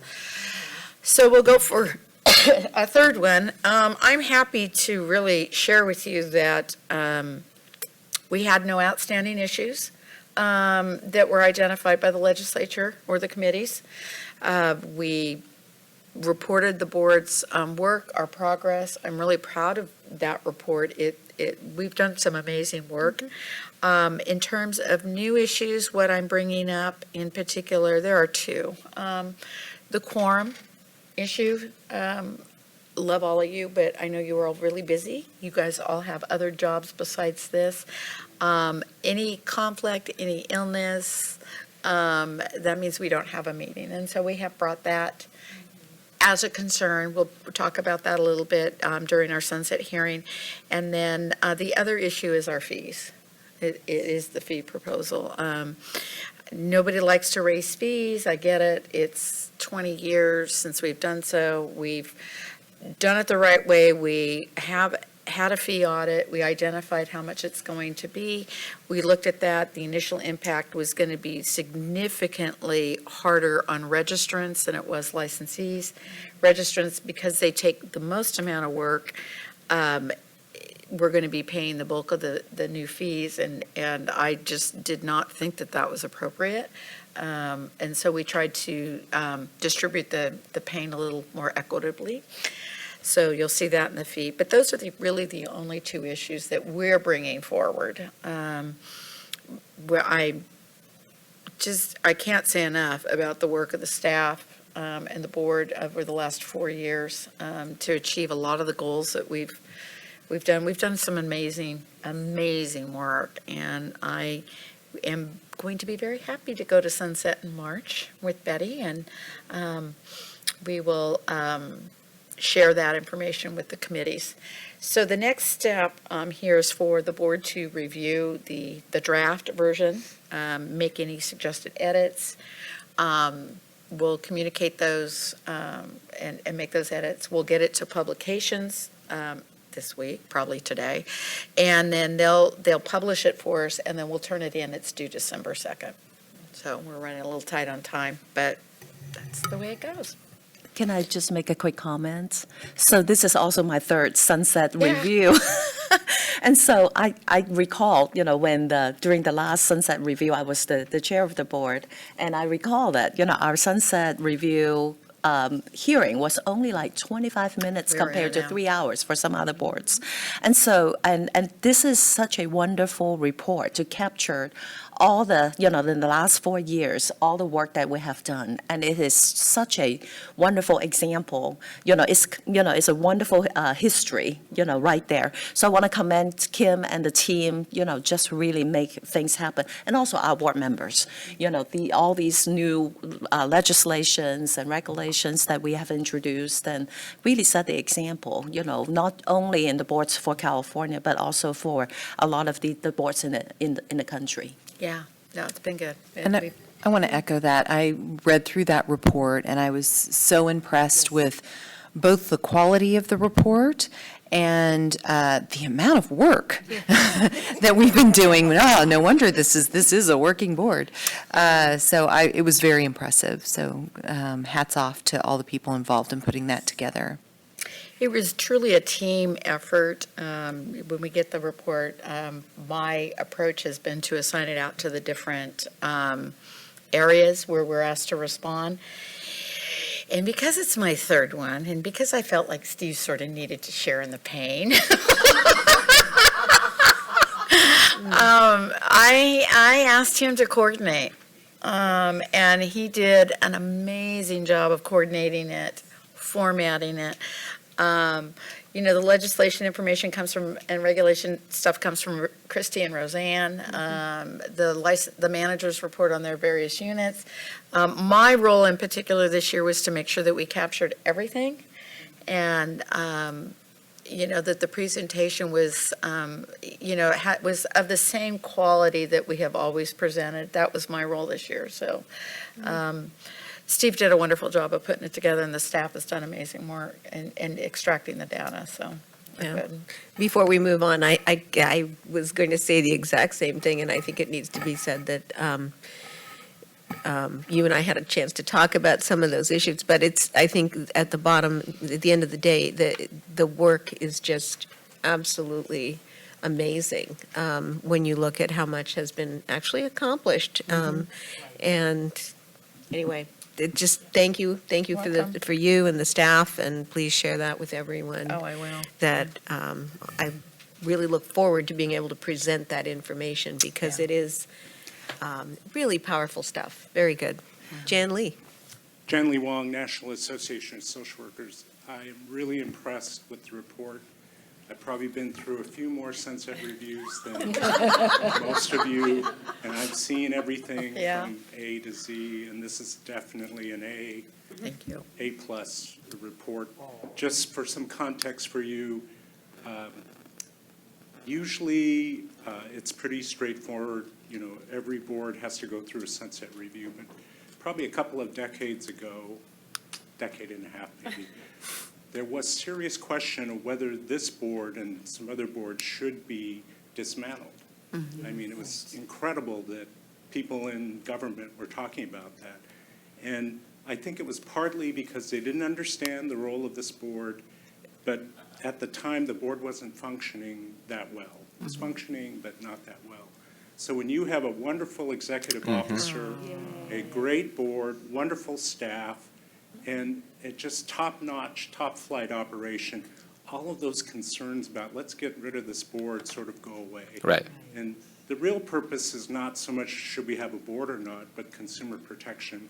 Right. And the board is probably the best way to do consumer protection, so congratulations to you. Thank you. Jan Lee, thank you. That means quite a lot to me. Yeah. Thank you. Thank you. I just want to add something in lieu of that. When you mentioned, we all share the same concern about the appointment process, and how even skipping a board has caused, it's not just about an additional work for the board, which is we are committed to it. It's more about the disservice to the public. Yeah.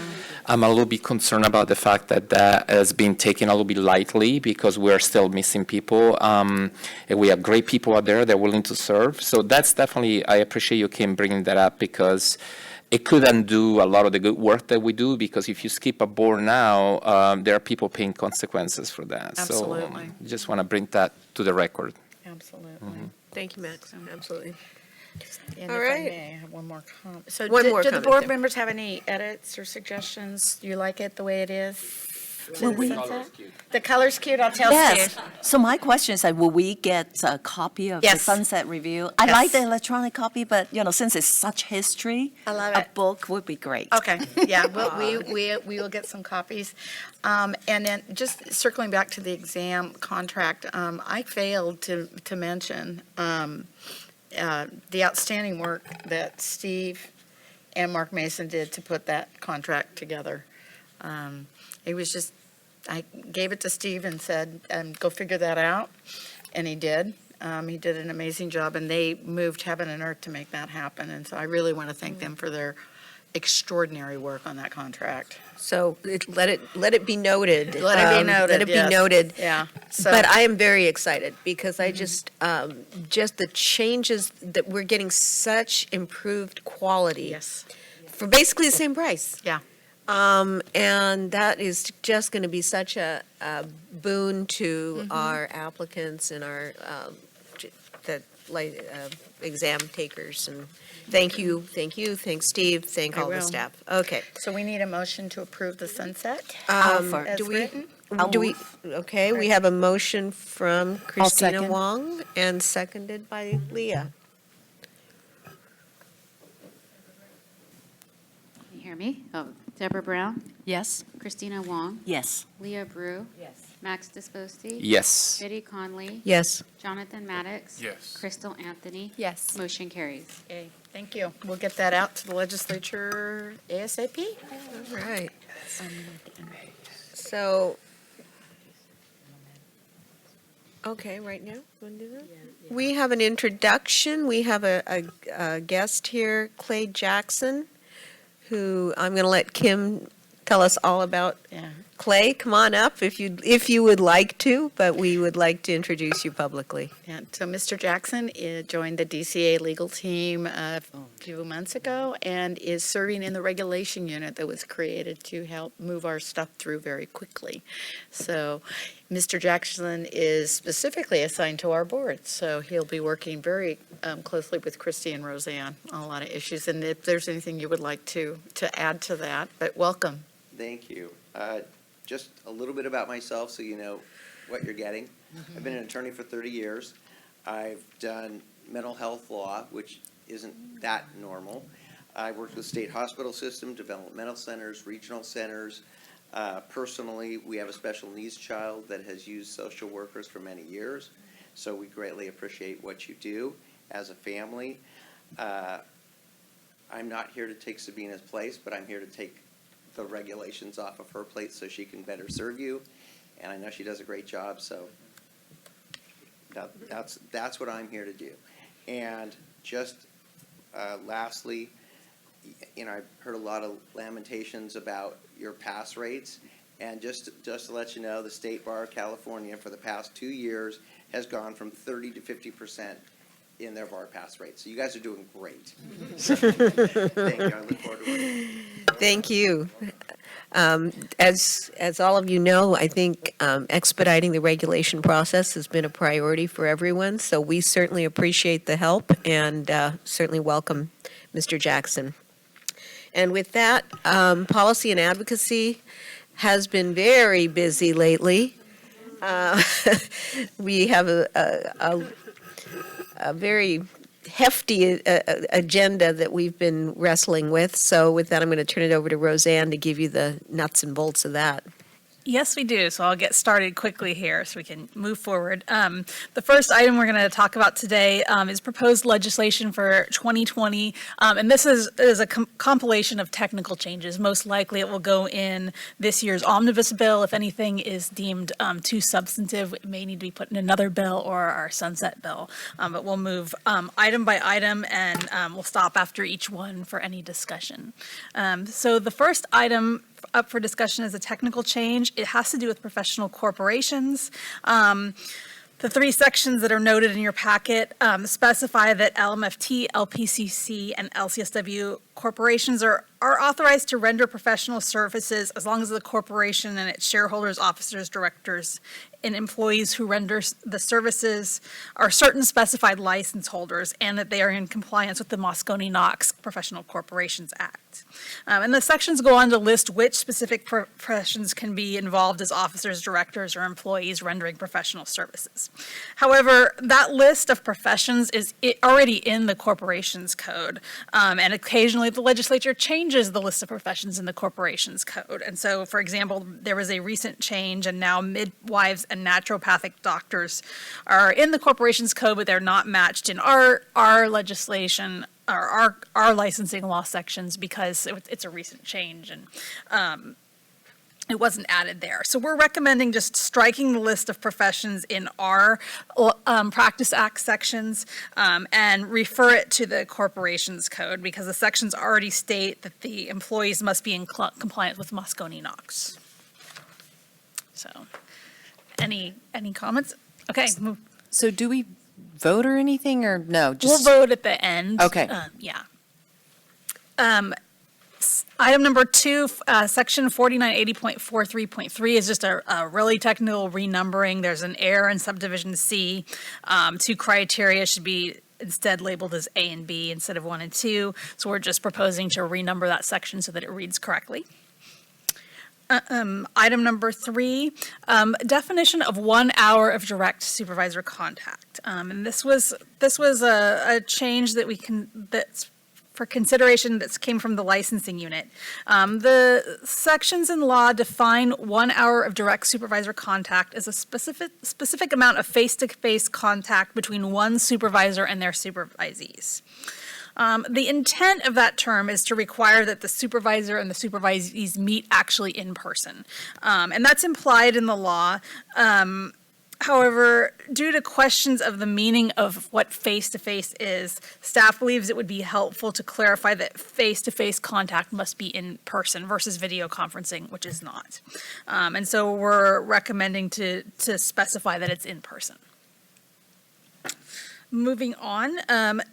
Item 4, notice to clients about filing a complaint.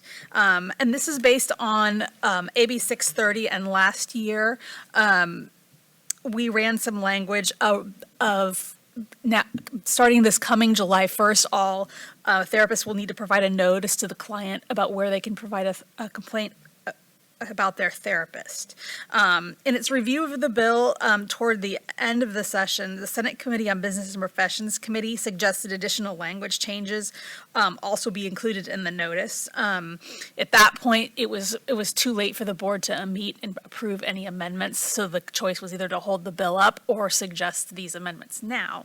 And so the suggested language is on page 99 of your packet. They wanted to add something that for the exempt settings where people are not licensed, just to add a blurb at the end that says, and the board also responds to complaints regarding licensed counselors. And that way, if somebody wasn't sure whether their counselor was licensed or unlicensed, they could always call the board, and it would give them their website and the phone number right there, and they would have that. So we're proposing that be added into that requirement. Moving on to item. Do you want me to do this now on this point, or wait? Sure, we can do it now. So, I'm an MFT, I'm not a counselor, and a social worker is not a counselor. And I am concerned about using the term counselor to apply to all BBS license and registration types. So I understand it looks like there was some previous discussion of this. I would prefer that you maybe go back to the prior term that was here of psychotherapist.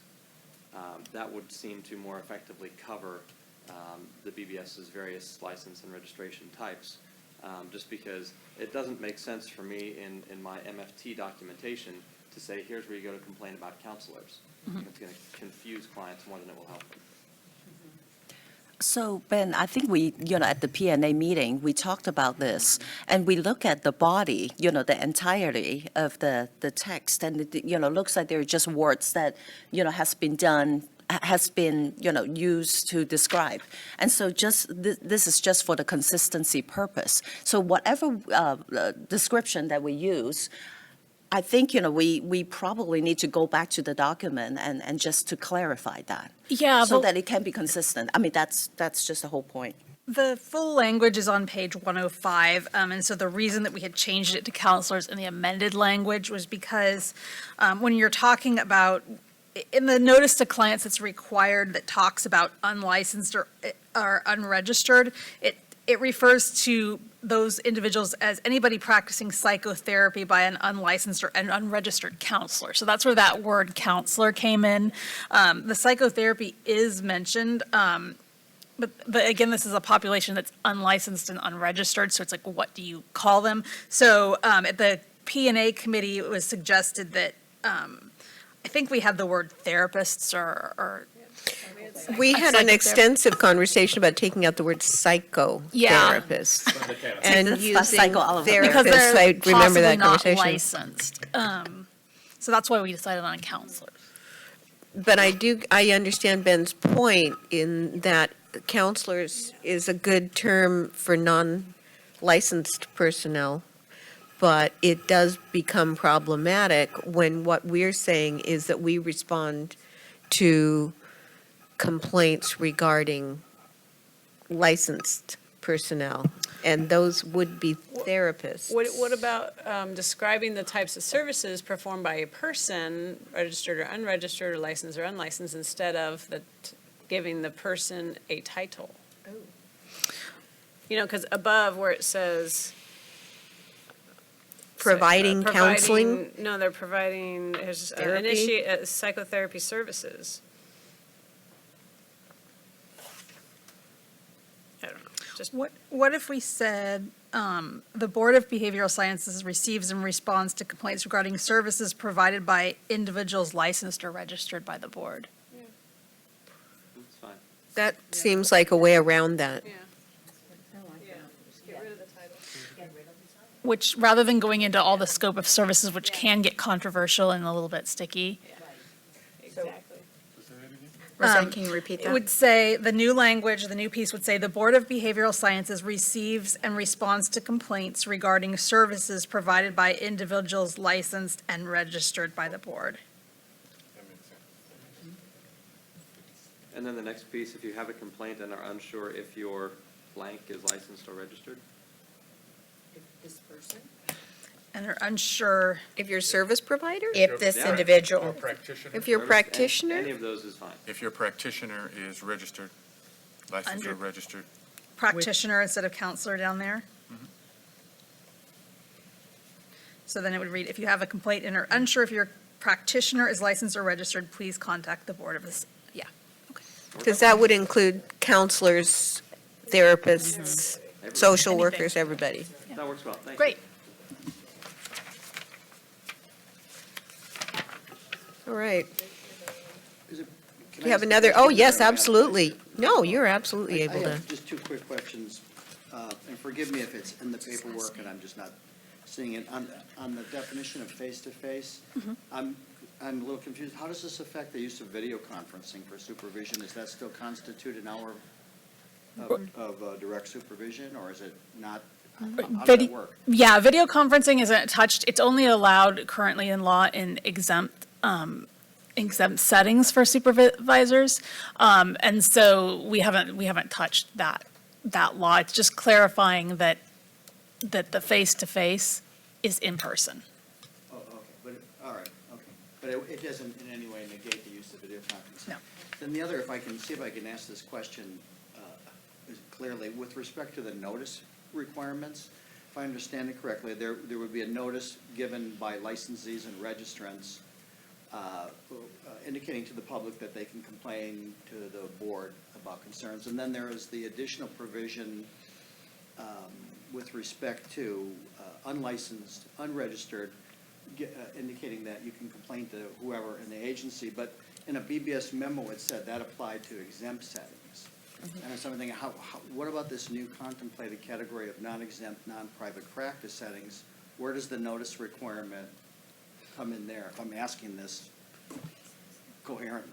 Right, no, that makes sense to me. So there's two different notices, but depending on what the individual person is doing. If they are practicing in an exempt setting, and they're not licensed or registered because they're practicing in an exempt setting and they're not required to, then they need to provide the notice, of the contact information of whoever in the agency is overseeing them. That's the Right. notice they would provide. If they're a licensee or registrant, whether they're working in an exempt setting or a non-exempt setting, wherever, then they need to provide the notice about how to file a complaint with the board. Okay.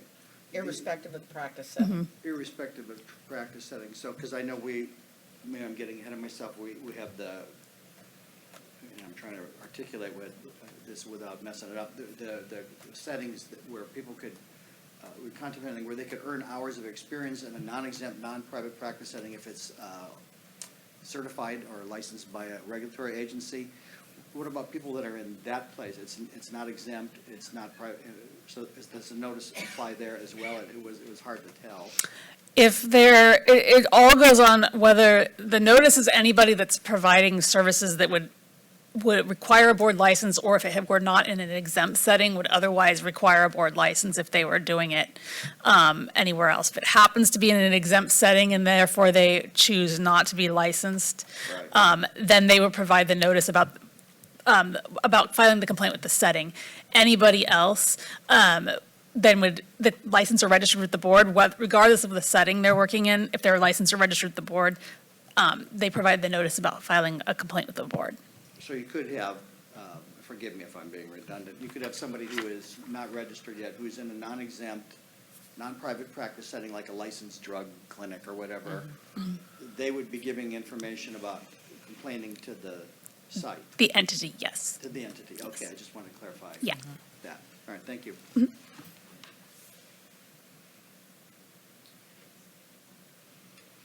Yeah, I think my point builds on the previous conversations. Uniquely social work situations, whether it's child protective services, adult protective services, homeless outreach, where that really important moment of notice comes into the picture. And whether it's the individual responsibility of the practitioner who is licensed or is working towards their license, to decide when to introduce that very important notice. And I'm wondering about the possibility of institutionalizing that. That is, the agency is the point where notice is provided to the individual. I'm also wondering about the possibility of introducing some language into the refinements that you proposed that add something along the lines of as situationally or circumstantially appropriate. Because I see some really awkward situations where a trauma moment emerges, where the conversation goes from details about specifics of a material nature to now the really well-trained clinical social worker has to step into a therapeutic moment.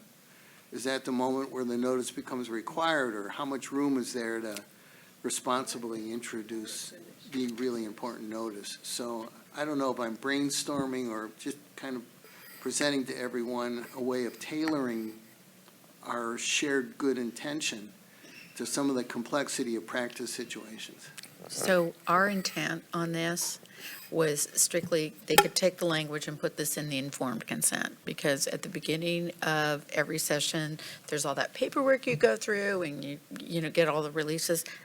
That was the intent of where this could go. Just, and giving them a copy of the informed consent. I don't think any of us ever envisioned this being very onerous, or you needed to have a big poster somewhere, but just some mechanism to give them the information, and they can put it in their Deep Six file if they want later, but that they provided it. But Kim, there's so many social work situations where there isn't that informed consent formality. And yet there is this responsibility to provide notice, like in child protective services, an ER response situation. I'm sure, other people could present lots of other opportunities. A moment at the Tom Waddell Clinic where a friend of a patient there is having a moment where you need to move from the administrative to, let's redirect the moment to emotional regulation. So finding a way to incorporate the intent into these really difficult spur-of-the-moment situations that social workers often run into. I'll go sit down. Yeah, no, I think it's a good point. I think we're not mandating when to provide, just that it be provided. It does say prior to initiating. Prior to initiating. Yeah, it's the So- beginning, it's intended to be at the beginning. At the of beginning. when you start therapy with your therapist, that's one of the things that they have to provide you. That way, you have it in your files, you take home, and then if, hopefully they save it, and if there's ever a concern, then they have the contact information. And I think the challenge becomes integrating those guidelines into what are essentially crisis situations or spontaneous, which can occur in certain environments. Suicide prevention comes to mind. There are instances where it's simply impractical to have that type of consent. I don't know, we didn't really talk about that at Policy and Advocacy, because we were really in the mind frame of people coming in, sitting down for session-based therapy.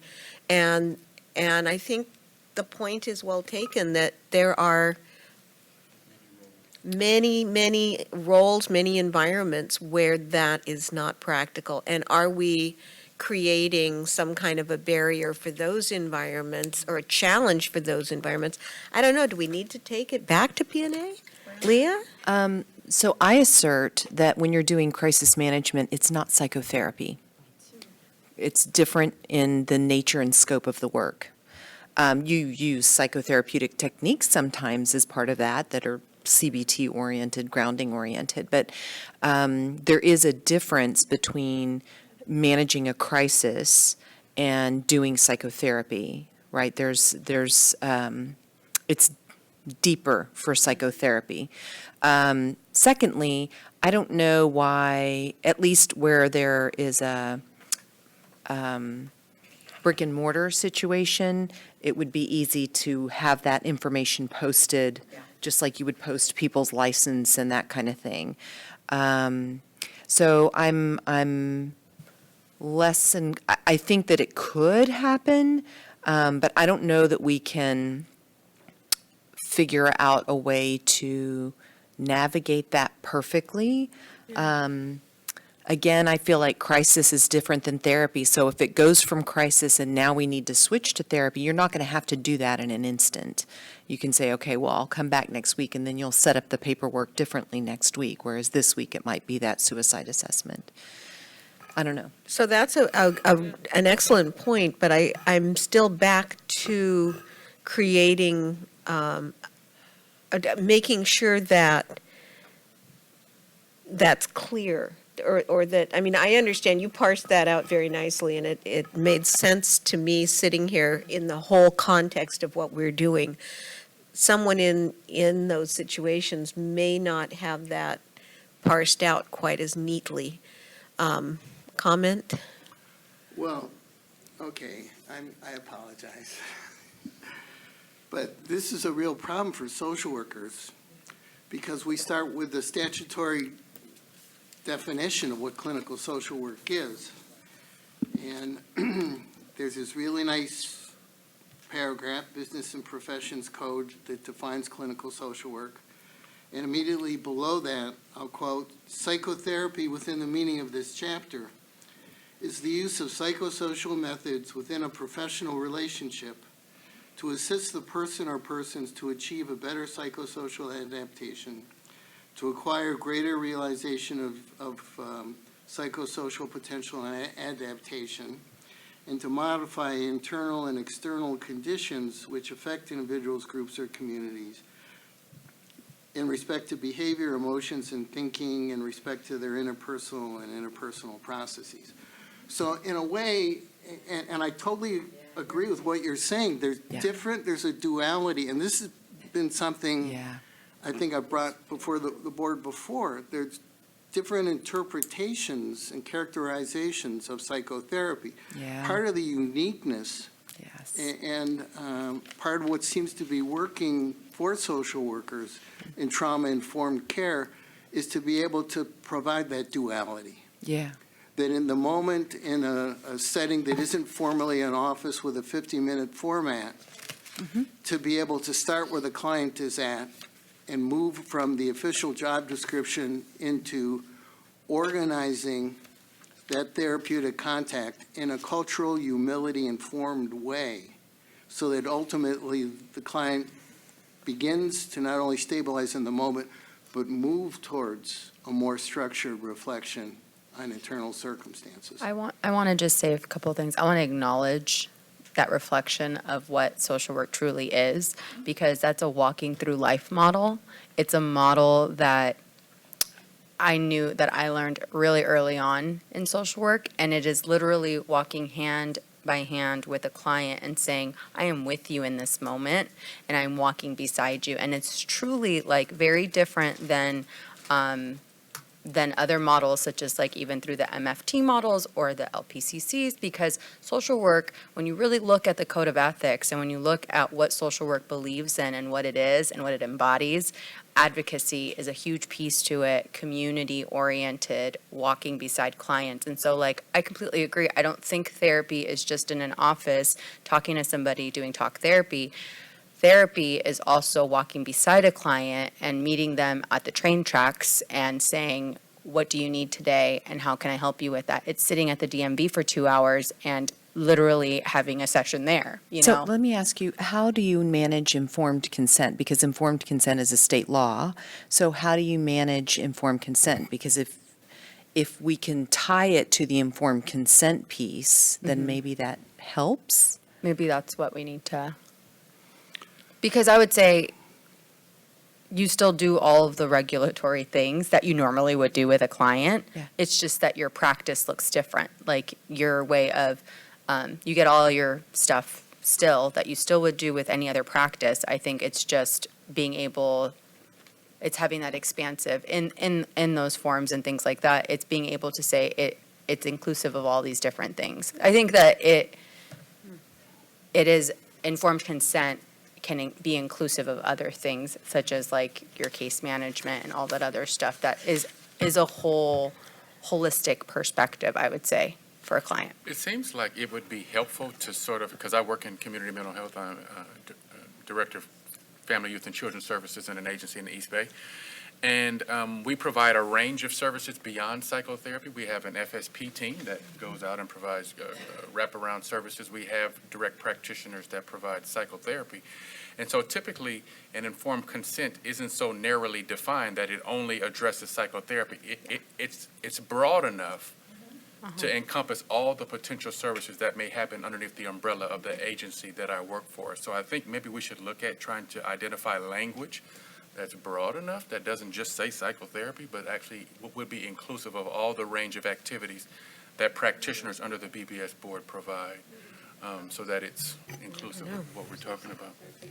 So I want to maybe ask Roseanne and Christy, because I want to step back, instead of talking about, what services should be encompassed, in the informed consent.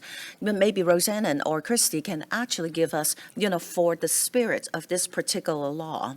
Really, it's about, we try to tighten up in the exempt setting, where, some individuals may be practicing psychotherapy and yet without a license, right? I mean, let's just step back and look at This, yeah. we remove the word psychotherapy, though, so it just says services.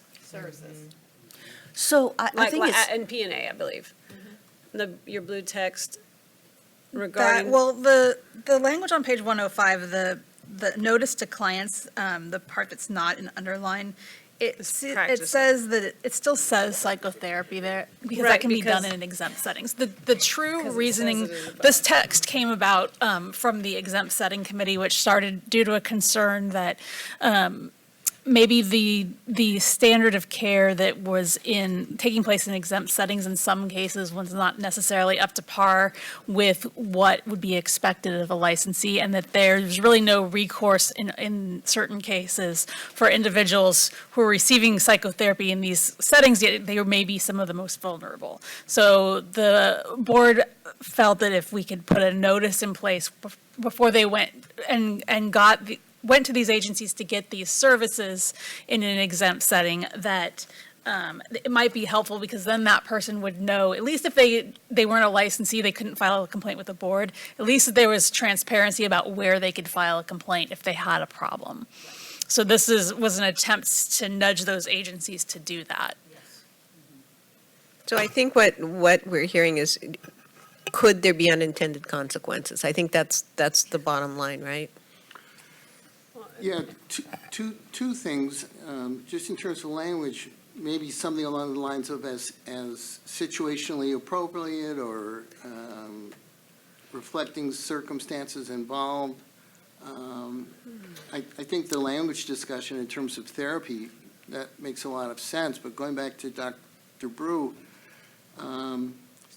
social work self-determination, stabilizing the individual in the moment as the individual stabilized in that wonderful social work question, what's next? Where do we go from here? Presenting options. Within the context of presenting options, that's where informed consent. And that's in a way that not only addresses client self-determination, but also empowerment, because it provides a platform for providing information for informed decision-making. Which leads me to one more apology before I go sit down. Doesn't this challenge us to really rethink the consumers we're protecting? Not just the consumers who are, if you will, presenting for mental health, psychotherapy, counseling services, but those consumers in agencies where they don't have the same choice in terms of institutional access, and yet they are consumers of service that ultimately can be very therapeutic or detrimental. Thank you for that. First of all, I appreciate the comments that are being made, because I have to tell you, the points being raised that we hadn't thought of, or hadn't crossed my mind at all. And the points are excellent. And in terms of when we, I'm speaking generally at camp, when we first saw the language, the intent of consumer protection is clear. We support it without any doubt. But then I think we're seeing in terms of operationalizing it, it's a little bit more tricky.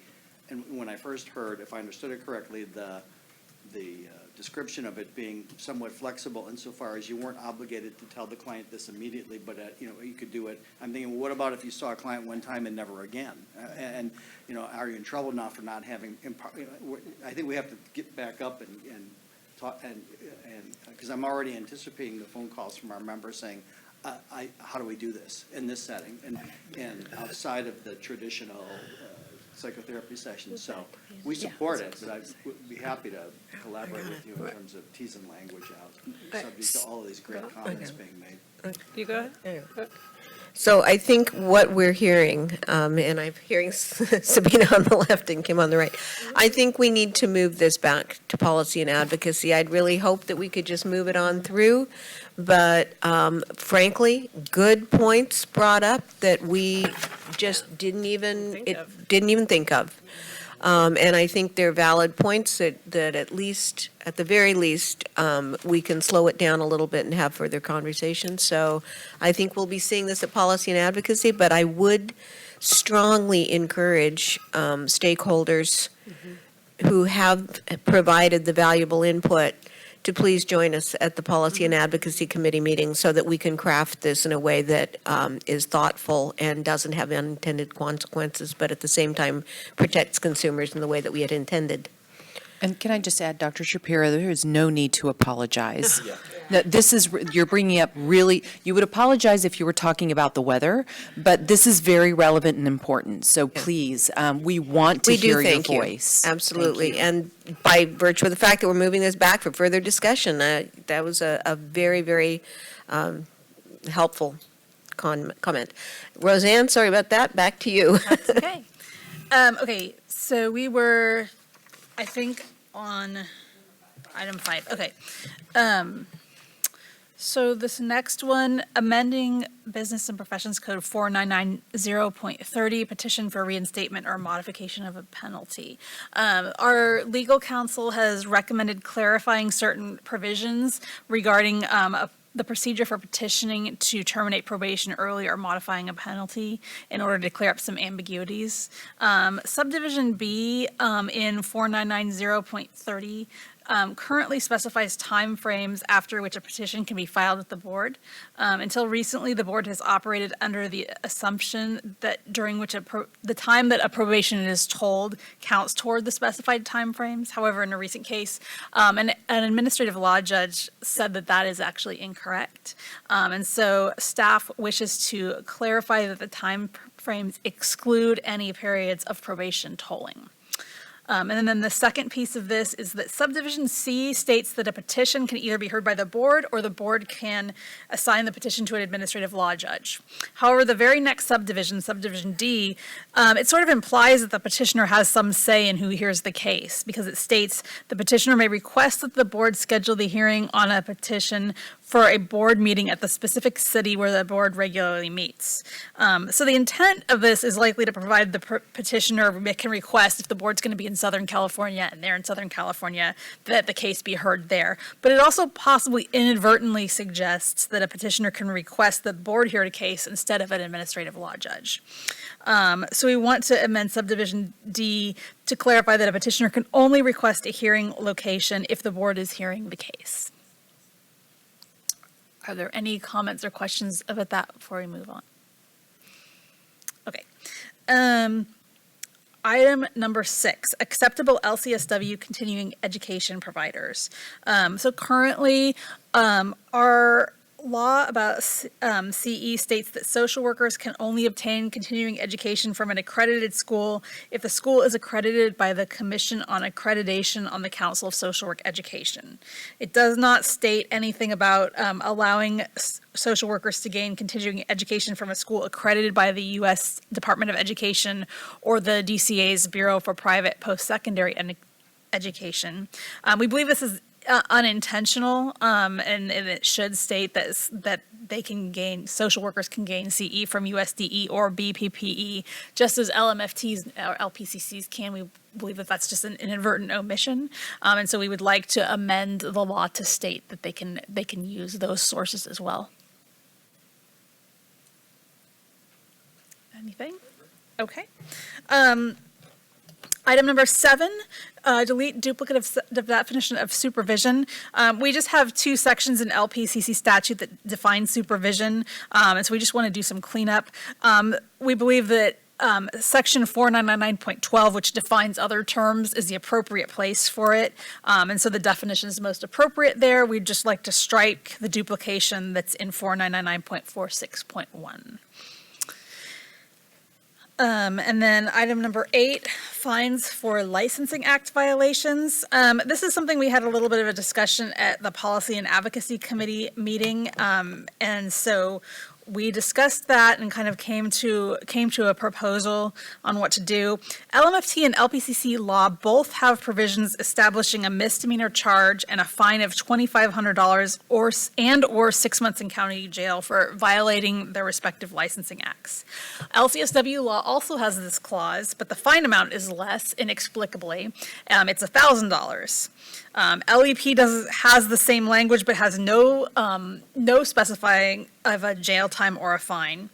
And the Board of Psychology also has a fine of $2,000 with the same language. So we're all over the board.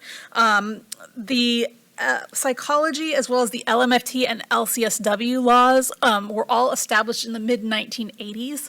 Unfortunately, with our resources, we can find out the bill that established it, but the reasoning about all the bill analyses and everything that would explain why is not there.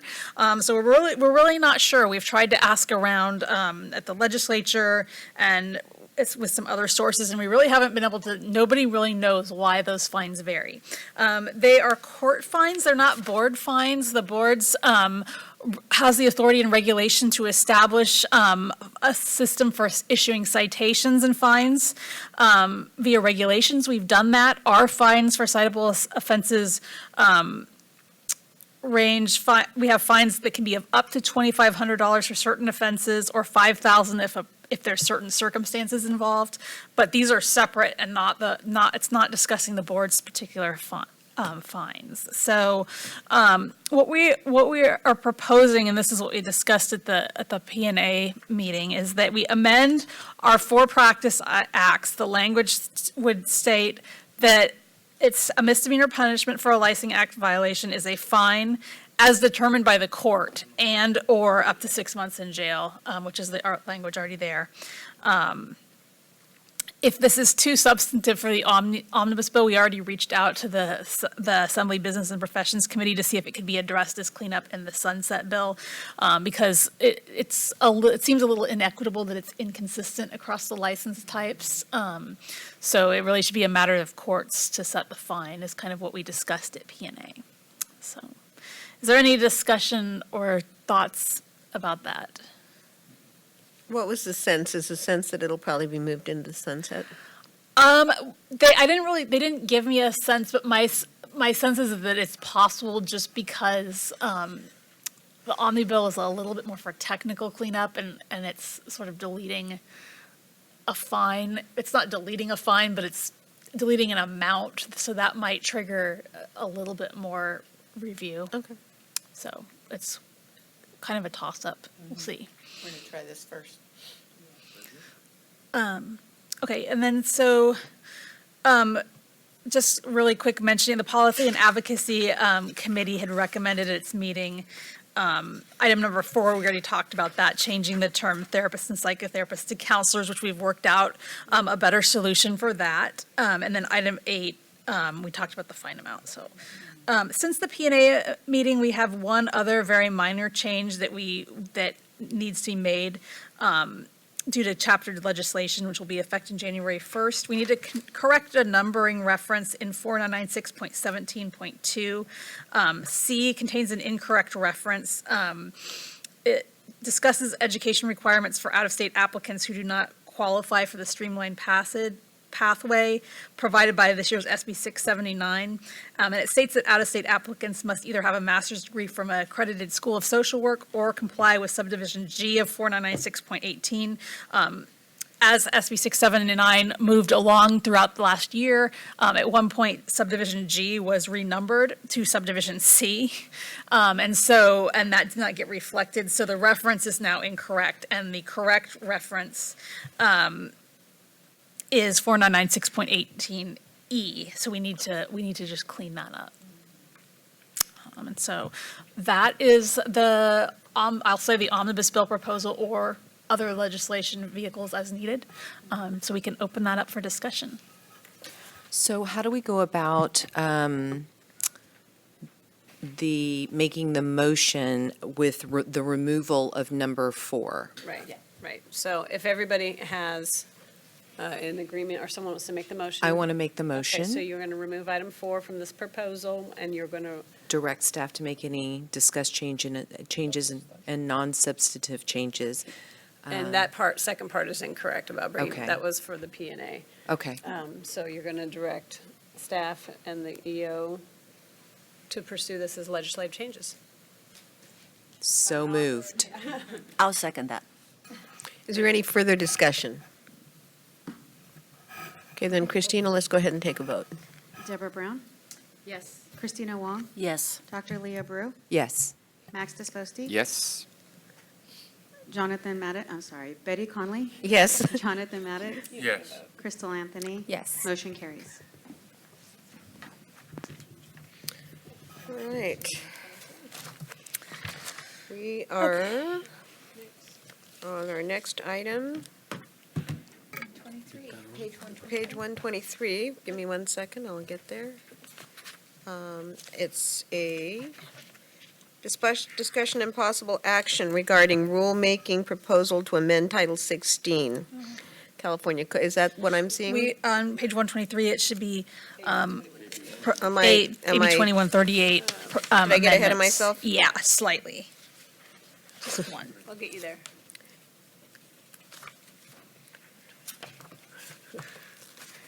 Almost. What, how come it didn't align with my notes? There we go. Oh, so Roseanne, sorry about that, then I It's must okay. have skipped. I think that was incorporated into some of this, all right. Yeah. So, where proposed legislation amendments needed due to the passage of AB 2138 and AB 2396. Yes. So this is kind of a continuation of what probably will go in the omnibus bill, but it sort of needed to be split out for a separate discussion because it has to do with changes that have been needed over time due to the passage of 2138. We're now working on regulations for AB 2138, and we need to make sure that our licensing acts, our practice acts, are actually consistent with what was changed in AB 2138 and also what's being changed in the regulations. There's some inconsistencies that have sort of been made obsolete by the new law and the new regulations. So that's what these are doing. They're likely going to be omnibus bill changes. If not, we can put them in the sunset bill. And so we all know about AB 2138. It becomes effective on July 1, 2020. It makes amendments to the enforcement process, including placing some limitations on when a board can deny a license based on a conviction or prior formal disciplinary action. A few years back, we also had AB 2396, which prohibited boards under DCA from denying licenses solely for having certain types of convictions that have been expunged. So between those two bills, there's some language updates that need to be made. And so the first one, there's 4 different ones. The first one has to do with qualifications for license or registration. We have some sections in our Practice Act that list criteria needed to qualify for a license or registration. And one of them is that the person may not have committed any acts or crimes constituting grounds for denial under BPC Section 480. 480 outlines the reasons why a board might deny a license, and it was significantly changed by AB 2138. 480 used to allow denial based on convictions or certain acts involving fraud, dishonesty, or deceit. However, the language has been changed. It no longer discusses acts. It discusses types of convictions or formal discipline. The word acts is not really used anymore. It's kind of obsolete. So given that change to 480, staff recommends striking old language that the applicant has not committed any acts or crimes constituting grounds for denial under 480, and simply stating that the person must not be subject to denial of license pursuant to 480. So it's just cleanup. The next change has to do with a reference to Penal Code Section 290. Penal Code Section 290, and it's actually included in your packet if you want to refer to it in Attachment D, specifies when registration as a sex offender is required. And PC 290 is actually being reorganized effective January 1, 2021. And under the new version of that law, the types of sex offenders have been reorganized into 3 tiers. There's a Tier 1 registration that's at least for 10 years, a Tier 2 that's at least for 20 years, and then a Tier 3, which is a lifetime registration. The higher the, so AB 2138 amended Section 480 to specify that only the 2 higher tier sex offense registrations in PC 290 are subject to license denial regardless of the 7-year age limitation. So the change has already been made. Where the inconsistency is in our practice acts, they're just specifying denial for any required registration under 290, which is inconsistent with the change made by AB 2138. And that's really the key, because the change made by a 2138 overrides all other laws. So we really need to clean that up so that it's not misleading to our staff and anybody else who reads our practice acts. That and instead of saying you're subject to denial if you have to register under PC 290, our suggestion is just to refer it back to denials due to PC 290 registration must be in accordance with the conditions of denial specified in Section 480. So does that make sense to everybody? Okay. Should I move on? Yeah. Okay. Thank you. The next set of changes is just our unprofessional conduct provisions. We have a definition of a conviction, but AB 2138 amended the definition of a conviction, so we were just recommending referencing that same definition. We also have some language in those sections permitting suspension, revocation, or denial of a license regardless of whether a conviction has been dismissed or expunged. However, between AB 2396 and AB 2138, that language is entirely obsolete. So we just want to say that instead of saying that language, we want to just have a statement that says actions to suspend, revoke, or deny license must be in compliance with Division 1.5 of the Business and Professions Code. That's the code that contains Section 480 and all of its related statutes about denial, suspension, and revocation of licensures. So just to come up into compliance with 2138 and 2396. And then finally, item 4, references to statutes governing license denials, suspensions, and revocations. There's a section in LPCC law that talks about the various sections governing denials, suspensions, and revocations. Business and Professions Section 490, which governs suspensions and revocations, has been left out. Staff believes it belongs in there, so we'd just like to add that. The Policy and Advocacy Committee at its meeting recommended that these amendments be brought to the board for consideration as a legislative proposal. Since then, the language has remained unchanged, but we have incorporated new language because various bills have been signed that are going to be coming into effect. So the language needs to jive with what's already being amended into the law. So those new laws have been added into here. And so we can just open it up for discussion. Do you have any discussion, Leah? You know, I always have stuff. So I totally appreciate that we have to do this and we don't have a choice about it. And what action are we taking to try to remove ourselves from this particular law since the psychologists were successfully able to do that? Wasn't it this bill, 2138? I mean, no. I don't know of anybody that's, there were a few accountancy, the accountancy and a couple of other boards, there's some provisions in 2138 they were written out of, but there's not really, the momentum is more toward this than away from it. And so there's not really anything at this time that I think that can be done. So we could have somebody who's been sober just for a few years and be able to get a license free and clear? Yes. My concern Everything's is, still going to be looked at on a case-by-case basis.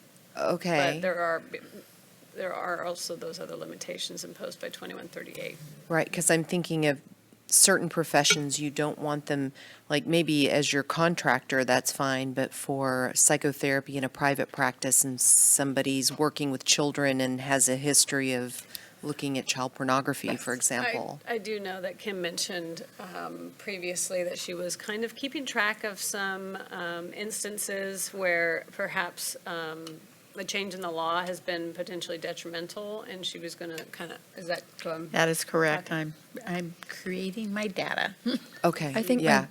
my biggest concern is the sex offenses. Yes. Especially because most of our people in this profession are working with children and are working with young people. And if they're working with the adults, those adults might have children themselves also. And how are we protecting consumers against continued child abuse and continued bad things happening? And I will state for the record that I believe previously incarcerated people with drug offenses and with other types of offenses are very different than sex offenses. Right. And this is not the time.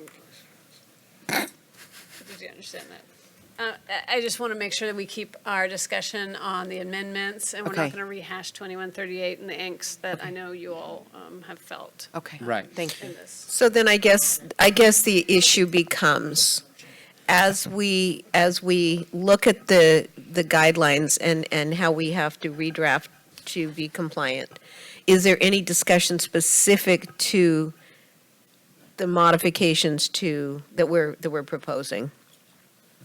And if there aren't, then I would like to make a motion. thank you, Christina. So I would like to move to direct staff to make any discussed changes, which is none, and any non-substantive changes. And That's the second part's not correct. there's no. So direct the executive officer to pursue, these changes in the legislative proposal or omnibus bill. So move. I second that. Okay, Christina, can we get a vote? Deborah Brown? Deborah Brown? Yes. Christina Wong? Yes. Dr. Leah Brew? Yes. Max Disposti? Yes. Betty Conley? Yes. Jonathan Maddox? Yes. Crystal Anthony? Yes. Motion carries. Okay, we're still with Roseanne. No, we go to Christy now. I'm Now it's the exam wait periods. Page 167. Thank you. Okay, so this is a regulatory proposal that's got 3 components. It's all very technical, nothing very substantive. The first piece has to do with examination waiting periods. Right now, it's that section on waiting periods is not specified for the licensed educational psychologist, so we would specify a 180-day waiting period, which is the current practice. And it's consistent with the number of versions we have available each year, which is 2. It would reduce the specified waiting period for a board-developed clinical exam, so the MFT clinical at this time, to 120 days for consistency with current practice.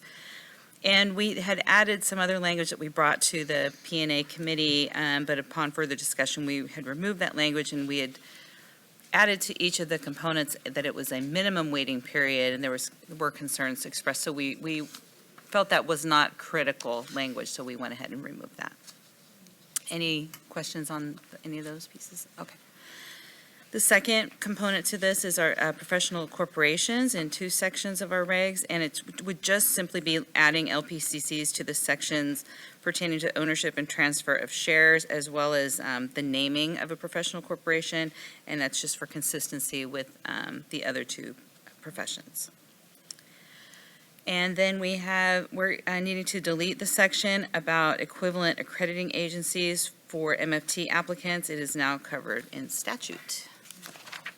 And it would also specify accrediting agencies that are acceptable for LEP degree programs, again, for consistency with the others, and then update the name of the Foreign Credentials Evaluation Service.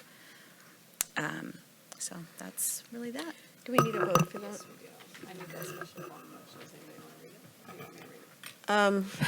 We need a motion, but Sabina has some language, unless there's any further discussion. No?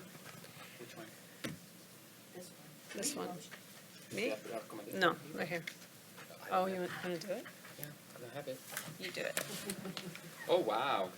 Hey, I offered. I can do that in Italian. Okay, I move that we approve the proposed text for the 45-day public comment period and delegate to the EO the authority to adopt and the proposed regulation changes if there are no adverse comments received during the public comment period, to follow established procedures and process in doing so, and also delegate to the EO the authority to make any technical and not substantive changes that might be required in completing the rulemaking file. I'll second it. Yeah. Thank you, Sabina and Max. Can we get a vote on that, Christina? Deborah Brown? Yes.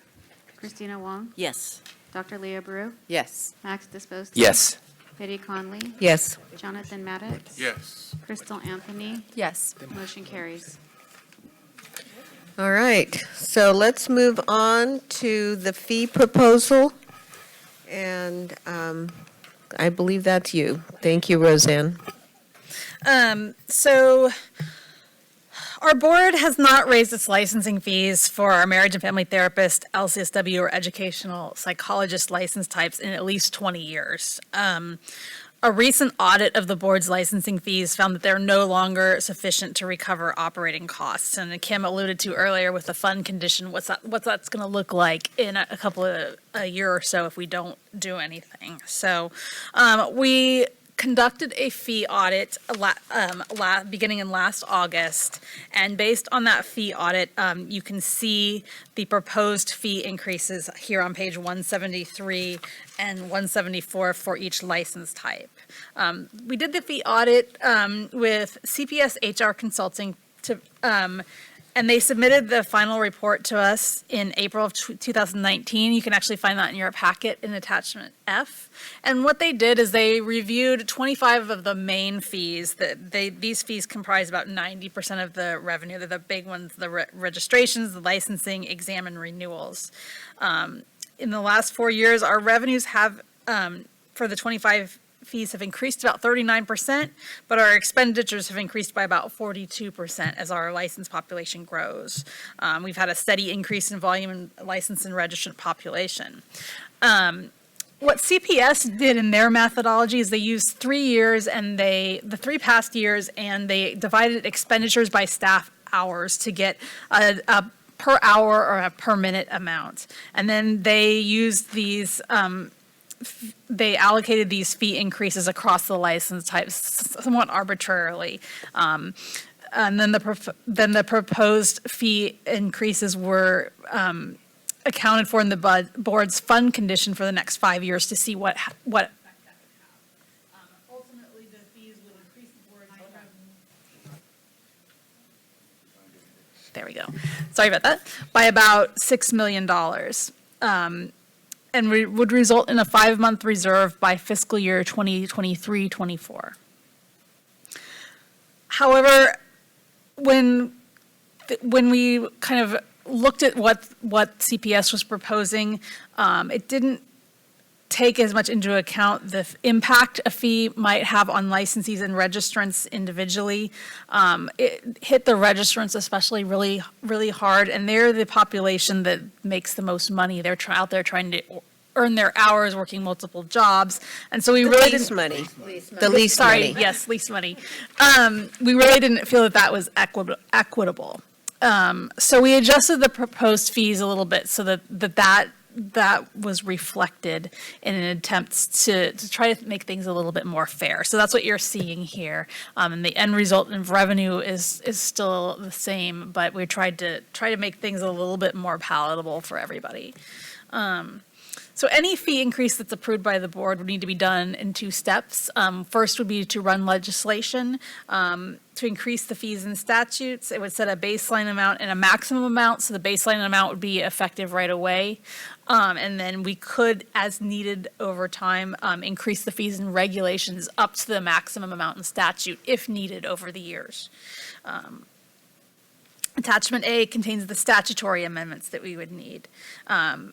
And then the second step would be to amend the board's regulations related to licensing fees. That's less urgent, but still very important. But the step 1 would accomplish the fee increase, and then the regulations would need to be cleaned up to reflect the baseline fees established in statute. And then if we wanted to amend the regulations in the future to seek any further increases, it would allow us to do that by running regulations, and that's shown in attachment B. We did a little bit of comparing across other states, BBS proposed fees with fees in other states to see what they're charging. It's kind of all all over the board. Some states are significantly lower than us. Some states are a little bit higher than what we're proposing. Each state does it a little differently, so it's not completely apples to apples, but it kind of gives you a little bit of idea of what we're looking at. At its August meeting, the Policy and Advocacy Committee considered this proposal and suggested that the board consider it as a legislative and regulatory proposal.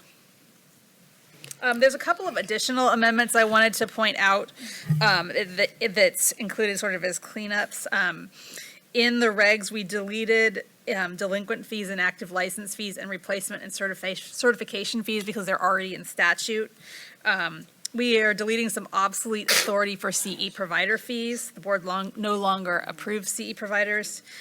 We're deleting certain references to inactive license fees since the law already specifies that the inactive fee is half of the renewal fee, so that's not needed.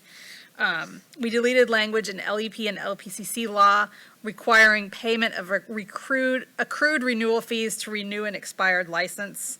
A one-time delinquency fee is already charged for this purpose, and LNMFT and LCSW law don't have those same corresponding sections, so there's no need to have it for two and not the other two. We specified in statute that the delinquency fee is half the renewal fee. It's currently established by establishing fees and regulations that are half the renewal fee. It's clearer to simply state that in statute, rather than to do the math in regs and specify that. And then finally, we made some minor amendments, technical amendments to LPCC law for consistency, and deleted some language related to LPCC startup funds when we first established the license that are no longer needed. So just to remind everyone, how long has it been since we've had a substantial fee increase?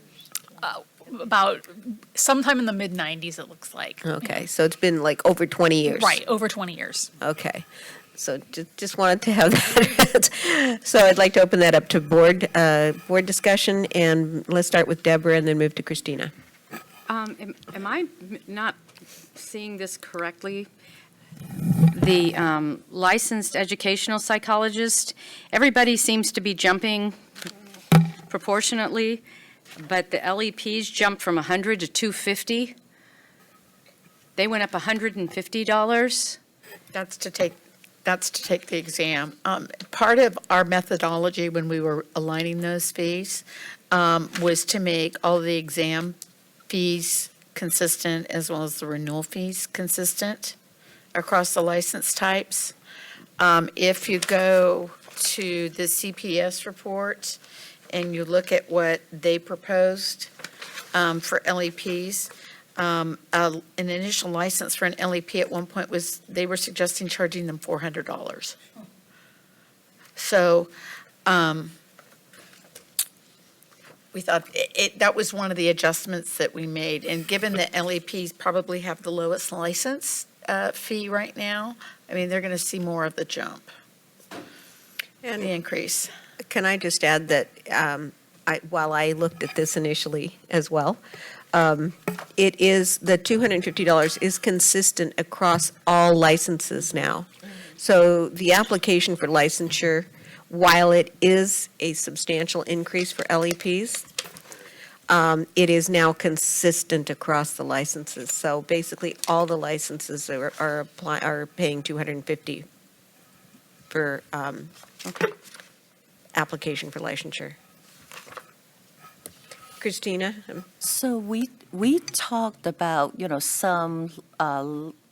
some possible bills, in relating to the fee increase, like every 4 years, there's that COLA, or not COLA, that the fee change. So, I know it's not really particularly belong to this, but, what is the status of that?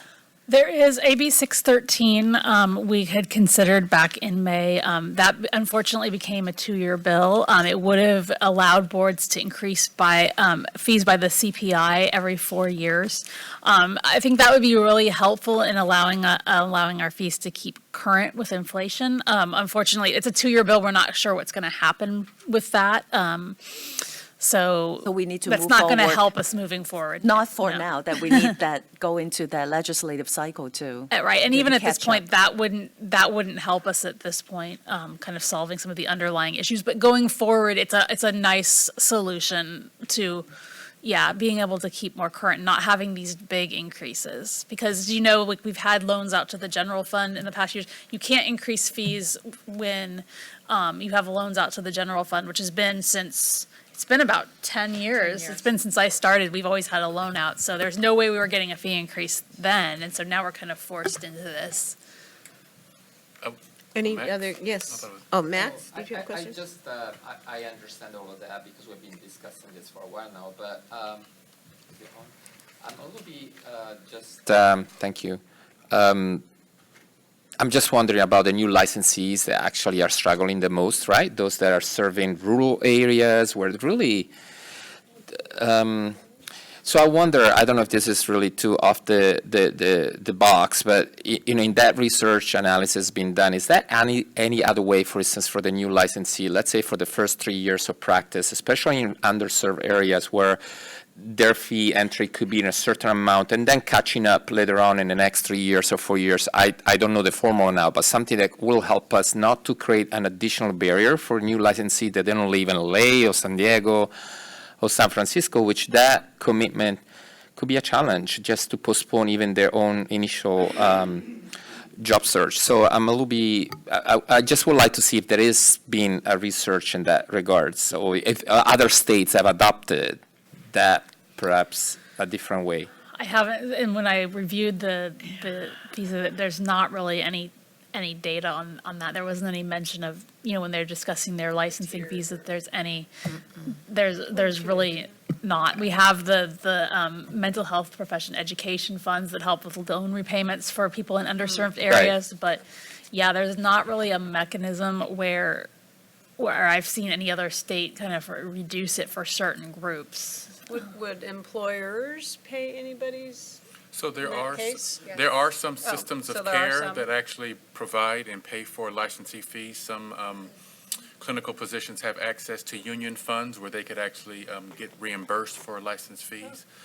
So there are local supports that actually sort of, in some areas, I'm not sure, I'm clearly don't know if this is everywhere, but there are places where they No, where they special will pay rural for areas, this. I'm sure. But I guess my thought is that it's important to remember that, one, I want to say thank you for the hard work of actually doing this, because it was important to me that there was parity in the fees across licenses, because for quite a long time, MFTs in particular were paying rates that other licensees were not, so I appreciate the parity.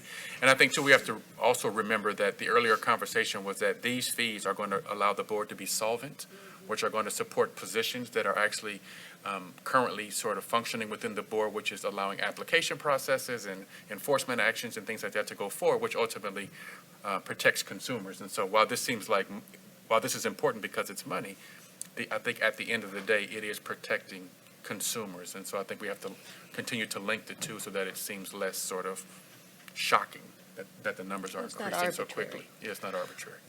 I just have a question. Like, so it has a maximum. How often will fees go up if there is a max that's set for 300 on some of them or 500? So what would be the regularly, like, how would it go up? Or does there have to be a maximum and maybe it has to come up in front of us every time there is a fee increase? It would come up in front of you every time we wanted to run, to increase fees. And the maximum is just, it gives us some bandwidth to work with. Right now, in some of the statutes, we're at the cap. So we can't do anything beyond the cap without some kind of change. Yeah. So, And recall that then the actual specific fee has to be set by regulation. Right. So it's not like you can just, we're going to make a phone call one day and then tomorrow it's going to be up by another $100. It has to go through the regulatory process. The way that we drafted this, the actual floor, the minimum, will become effective right away. We don't need regulations for that piece. But anytime we raise it, it has to go through the whole regulatory process, which is board approval, department approval. So it's not something, we haven't done any fee increase regulations since, we did a fee decrease regulation in 2002, 2003. But it's not something that's done often, and the regulatory process is about a year. yes. Christina and then Jonathan? So this is a topic that we discussed for a while, and we see it upcoming, for a few years. And so just my personal experience when I talk to my staff about the fee increase, nobody likes the fee increase, and it's always a shocking effect. And yet when, the selling point really is about that 20 years, it hasn't been changed. Then you will compare to COLA, it really, it's justifiable. Not that BBS just take your money and don't do a thing. And so again, I want to, put it back in record, the fact that, the importance for the associations, to really help get the words out to really explain, why we will have to, have the fee increase, so that, they understand that, that is not something that we, That it's not something, it's a necessary way, to continue our operation. Since we talk about how wonderful work that we've done in the Sunset Report, right? That's where the work come from, so. And Jonathan? And I would just like to add, I would say in all fairness to the registrants and licensees, that we not wait 20 more years to raise fees again, that we on a much more regular pattern reevaluate fees so that it's not so shocking that we have to make such a drastic jump. And just as a licensee, I think one of the things that we need to keep our focus on is that becoming licensed provides opportunity for career advancement, which provides opportunity for you to make more money. So while this is perceived to be a lot of money, it also provides tremendous opportunities once you are licensed to advance in your career and do a range of things which would allow you to make more money in the work that you do. So that's something we also have to sort of hold. I would just say there are people who work in this field and are licensees, and they don't make a lot of money. And so I think, just being aware, we all, I don't feel like these fees are crazy. I actually, normally when I would pay my fees, I was like, this is nothing, because it is a very low fee. I think if anything, where I could see fee increases going, where I've seen it for psychologists, for example, is in the examination, because I feel like that's kind of part of the process. It's part of your process of becoming a licensed person. So anyways, but yeah, I don't see a problem with these fees. Just for the record, I'm sorry, to conclude, just because I'm the one that brought up the aspect of it. I'm not in disagreement with the need, and also the research has been done. I think it's absolutely needed, and I agree with, echo with everyone has said. I was just looking to see, mostly once again in more challenged rural area where the potentials are great, but at the same time, it is an obstacle. Now, we can't resolve all the problems in the world, but mine was if there was anything out there that could allow a different approach when it comes to underserved area, which we are still struggling to serve. We have 2 mental health providers and thousands of people to serve. I'm looking about the inland areas of California, not the surrounding suburbs area of San Diego, San Francisco, Sacramento. So that was just my concern. It's not a disagreement. It just wanted to see if there was more out there. That's it. So I thank you for the research, Roseanne. Yeah, and I think it's absolutely, you're right, it's relevant. I don't know that there's a practical way to approach any kind of a tiered system. I know it's just not practical. That's probably the best way to say it. But as Sabina just kind of mentioned, and Jonathan, there may be ways for people to pursue some assistance. I don't know. I don't know. So Depends on where you're at. Rural area like I work, there's nothing. Not much. Well, it depends on the agency, so it's very limited. So before we move on to public comment, is there any further board comment? Before Ben runs away. No? Ben? Hi, Ben Caldwell. First of all, I want to say thank you. I know the tremendous amount of work that goes into this. Nobody necessarily likes paying more money, but this is very clearly necessary and indeed overdue. If you look at the complaints that people tend to voice about the board, they voice complaints about, by and large, application processing time and lack of responsiveness. And when we can talk about these fees as going in large part to staffing that will help with those 2 issues, and put it in the context of there hasn't been a fee increase for more than 20 years, I think that makes a lot of sense to people. So just first and foremost, thank you for the time and effort going into this, and this does seem like an overall actually very positive change. A couple of sort of related questions, I guess. Is there a rationale for why, if you look at it sort of on an every 2-year basis, why registration is actually more expensive than licensure?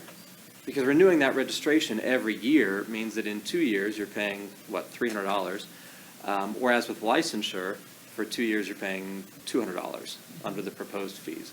And before I sort of talked about a possibility of doing it differently, I wanted to know, is there a rationale for that? Should registration be more expensive than licensure? That's a really interesting question. We inherited this. And I think when they did the fee audit shows that the bulk of the work actually goes toward the processing registrants' applications, looking at, renewing their registration every year, looking at their, answering questions about supervision, things like that. So the bulk of the work is actually placed more burden on registrants, and so we reduced that a little bit, but they do absorb resources, yes, thank you, Jonathan, at a higher rate than the typical licensee does. That makes some sense. It's difficult, right, because of that context, and Max, this is what you're talking about, where people who are newer into the profession, they're not making as much money on average, and there are plenty of people at all stages of the career ladder who are not making as much as they should be. But it's harder, by and large, for people in that registration period. So I wanted to at least ask about the possibility that some of that burden be shifted a bit away from associates and toward licensees. And even to your point about sort of a graduated process, there could be a a lower fee for initial license issuance than what there is for license renewal. So that at least that very first time you're going through, it's not quite as much of a blow. And I don't know what the numbers necessarily would be, but if license renewal is actually moved up to $250, and then associate registration and associate renewal are $125 each. I don't know how the numbers would work out, but that would seem to make some logical sense in creating a more graduated flow, and also would mean that a 2-year period would cost the same amount for a licensee as compared to a registrant. Speaking as a licensee myself, as somebody who would be paying a higher fee, I'm greatly concerned for the number of associates who wind up not getting all the way to licensure because they can't afford to. And to whatever small degree me paying a higher license renewal fee can help with that, can lead to them paying a little bit less in order to get to licensure, I would like to do that.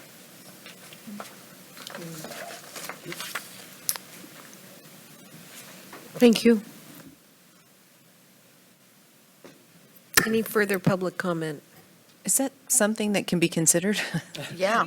Well, I was going to bring it back and see if we had any more board you board could conversation. consider What do you that. think? I think you'd have to run an analysis financially to make sure that, because, I mean, the renewal at $250, while it's probably easiest for the renewer out of all of these people to do it, that's ongoing every other year, whereas this other stuff is less frequent. You'd actually probably make more money if you think about it logically, with the associate renewing, maybe it's annually for the associate renewal, right? So on average, 3 to 4 times, whereas your licensee is going to be renewing Every other year. every other year for potentially 20 years, so 10 times maybe, I appreciate the concern. I think we ought to at least consider the optics of that when we go to ask for our fee increase, because we have to get this approved. And we're already going from, a doubling of the license renewal fee. So in most cases, it's going from 100 to 200, in some cases going from 80 to 200. I would hate to see us run. As an the- LPCC, it's just going 175 to 200. 'cause we have Yeah, already- you were late to the party. I just am a little concerned that auditors, I'd like to hear what our analyst has to say about that, or We EO. would have to run it back through the system to see what revenue that would generate. I think, and Steve was the one that actually did that calculation. I think that this in terms of weighing everything in the full, complete picture, and in terms of the optics of what the amount that each fee was going to go up, this looked the best. Otherwise, you're going to be having LEP fees go up even more, and so there's going to be always something that's not perfect, we don't like, and we are kind of at the point where, that can be done, but we're running into a severe sort of timing issue, where we need to have this bill running in January, February. I'm glad you said that, because I think this has been really well thought out.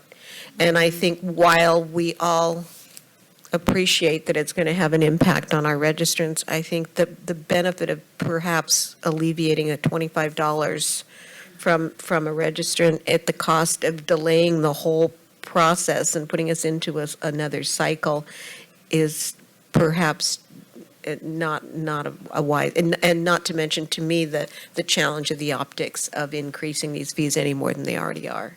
And then I would add the practical impact on the board.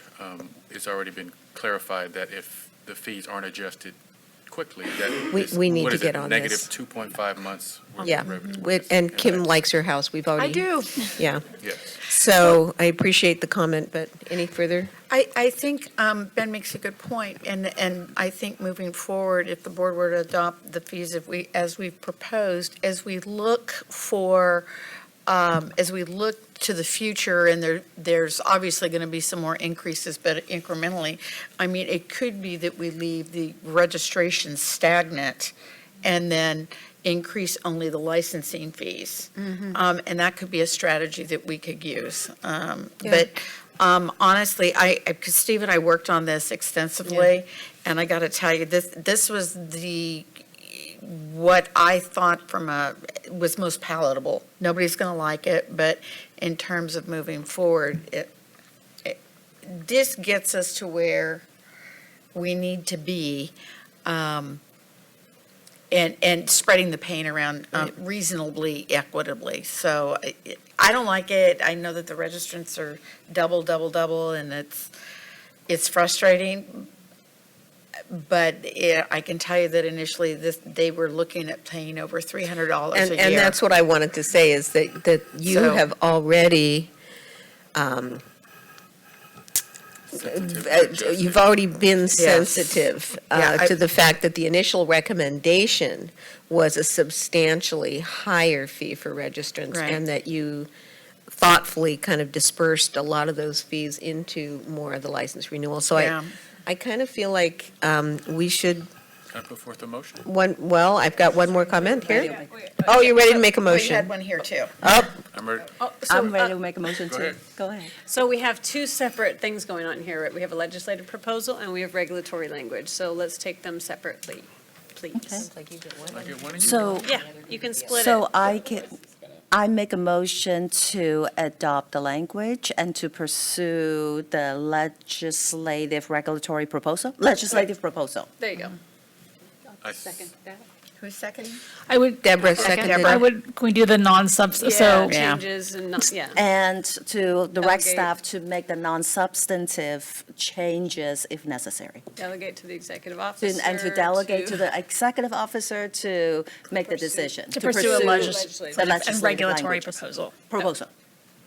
So do we have that motion clearly articulated? So we have, this is going to be Somewhat. only the legislative proposal. Do we need to read, do you want me to say it again? No, I'll circle back. You circle back? All right, and Deborah seconded that. Deborah Brown, Yes? Christina Wong, Yes. Dr. Leah Brew, Yes. Max Disposti. Yes. Betty Conley. Yes. Jonathan Maddox. Yes. Crystal Anthony. Yes. Motion carries. And Jonathan was going to propose a motion for the regulatory change. Do you want it? That would be helpful, so it's always important to create a motion that's. No one wants me to read it.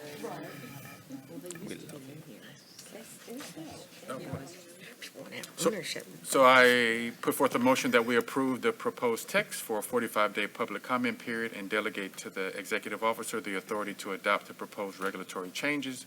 If there are no adverse comments received during the public comment period, to follow established procedures and processes in doing so, and also delegate to the executive officer the authority to make any technical and non-substantive changes that may be required in completing the rulemaking file. Wow. Do we have a second? Second that. Need a second. I'll second that. Oh, Crystal, you go ahead. Crystal has a second on that. And the vote. Deborah Brown. Yes. Thank you. Christina Wong. Yes. Dr. Leah Brew. Yes. Max Disposti. Yes. Betty Conley. Yes. Jonathan Maddox. Yes. Crystal Anthony. Yes. Motion carries. Can I ask one I, follow-up I'm, question? I was hoping that we could get through the package, but we are at 12 o'clock, and I'm hearing some people thinking that it's, might be a good time to break for lunch. Can I just ask one quick follow-up Of question? course. Since this is now just passed, how soon can the board amend and go back and make changes if and when this goes through? Legislatively, if we are successful, and we will be, I'm sure, the new fees would be in place January 1st of next year. Okay, and then we can move forward with some of the suggestions we've heard. Okay, thank you. All right, so I am going to propose that we take a lunch break. It is a little bit after 12, 1:15, come back. All right, we're...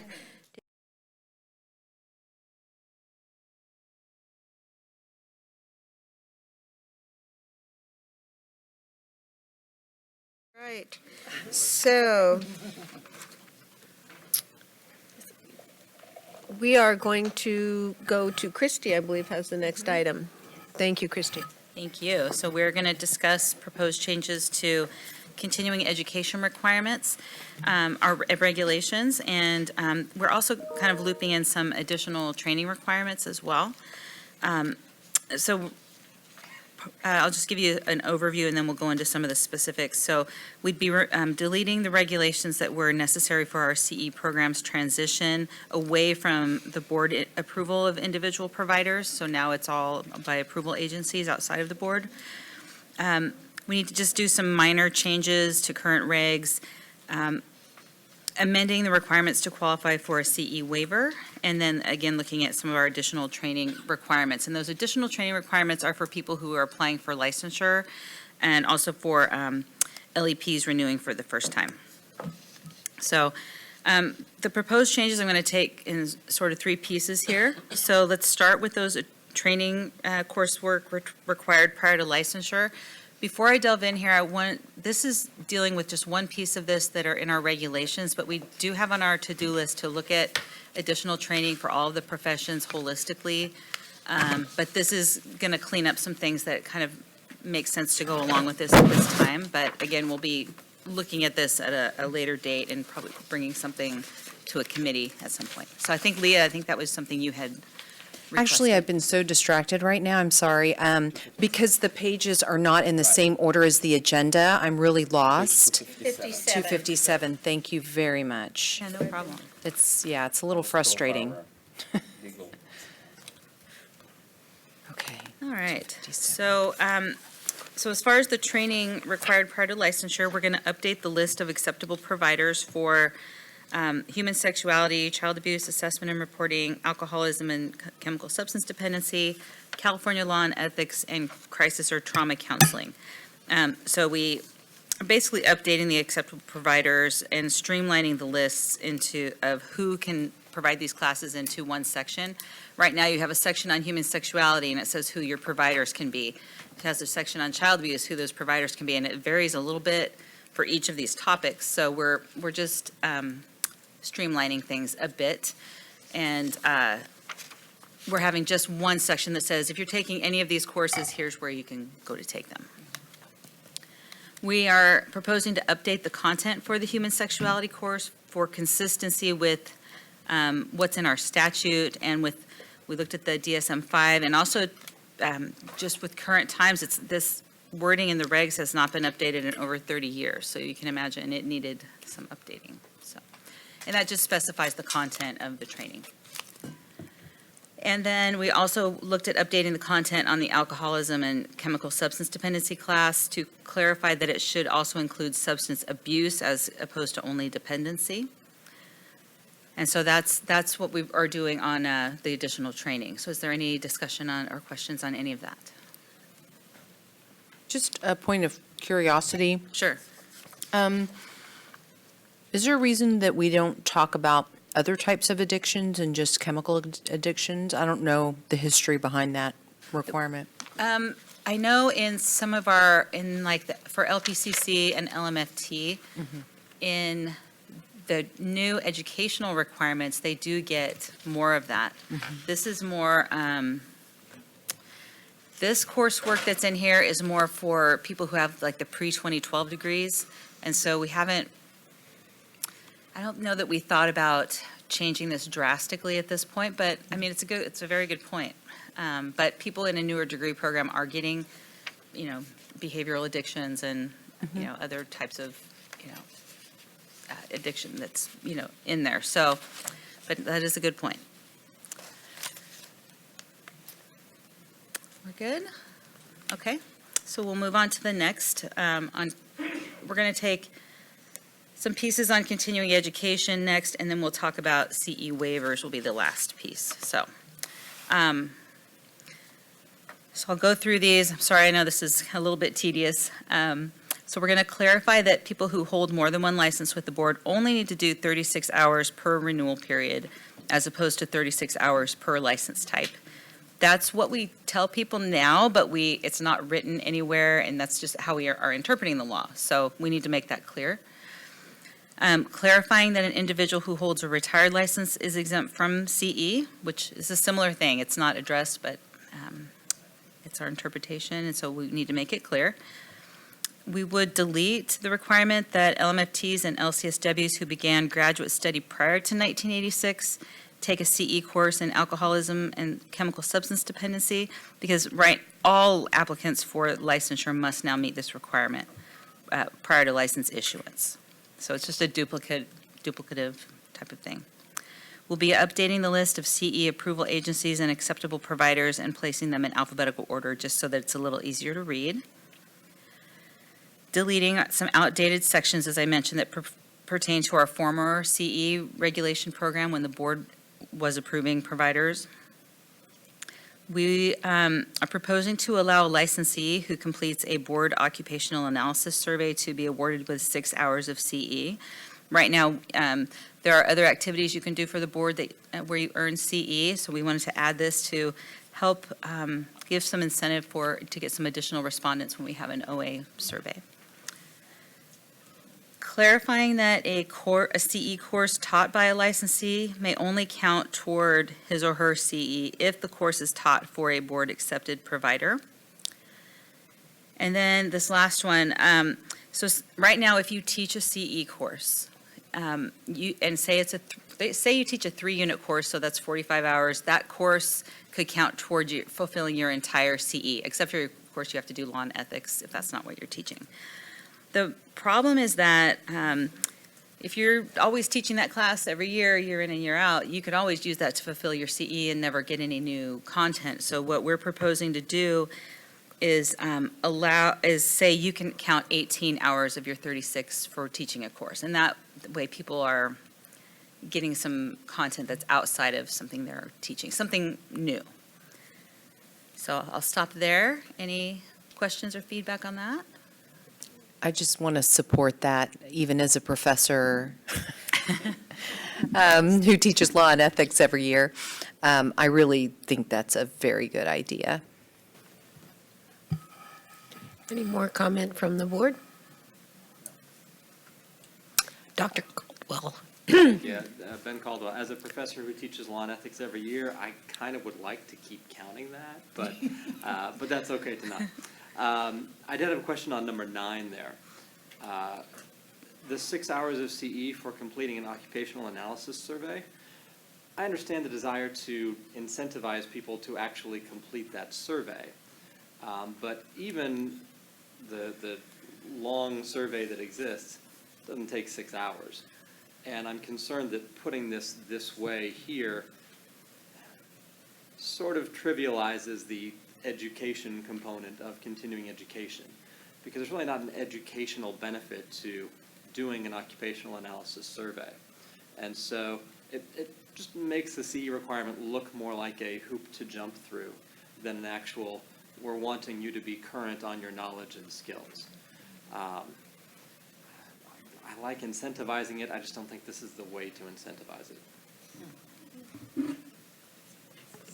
In terms of background, we had that request from OPES to provide CEUs. And I'm comfortable doing it. Maybe 6 hours is not, an appropriate number. How did we arrive at that 6-hour?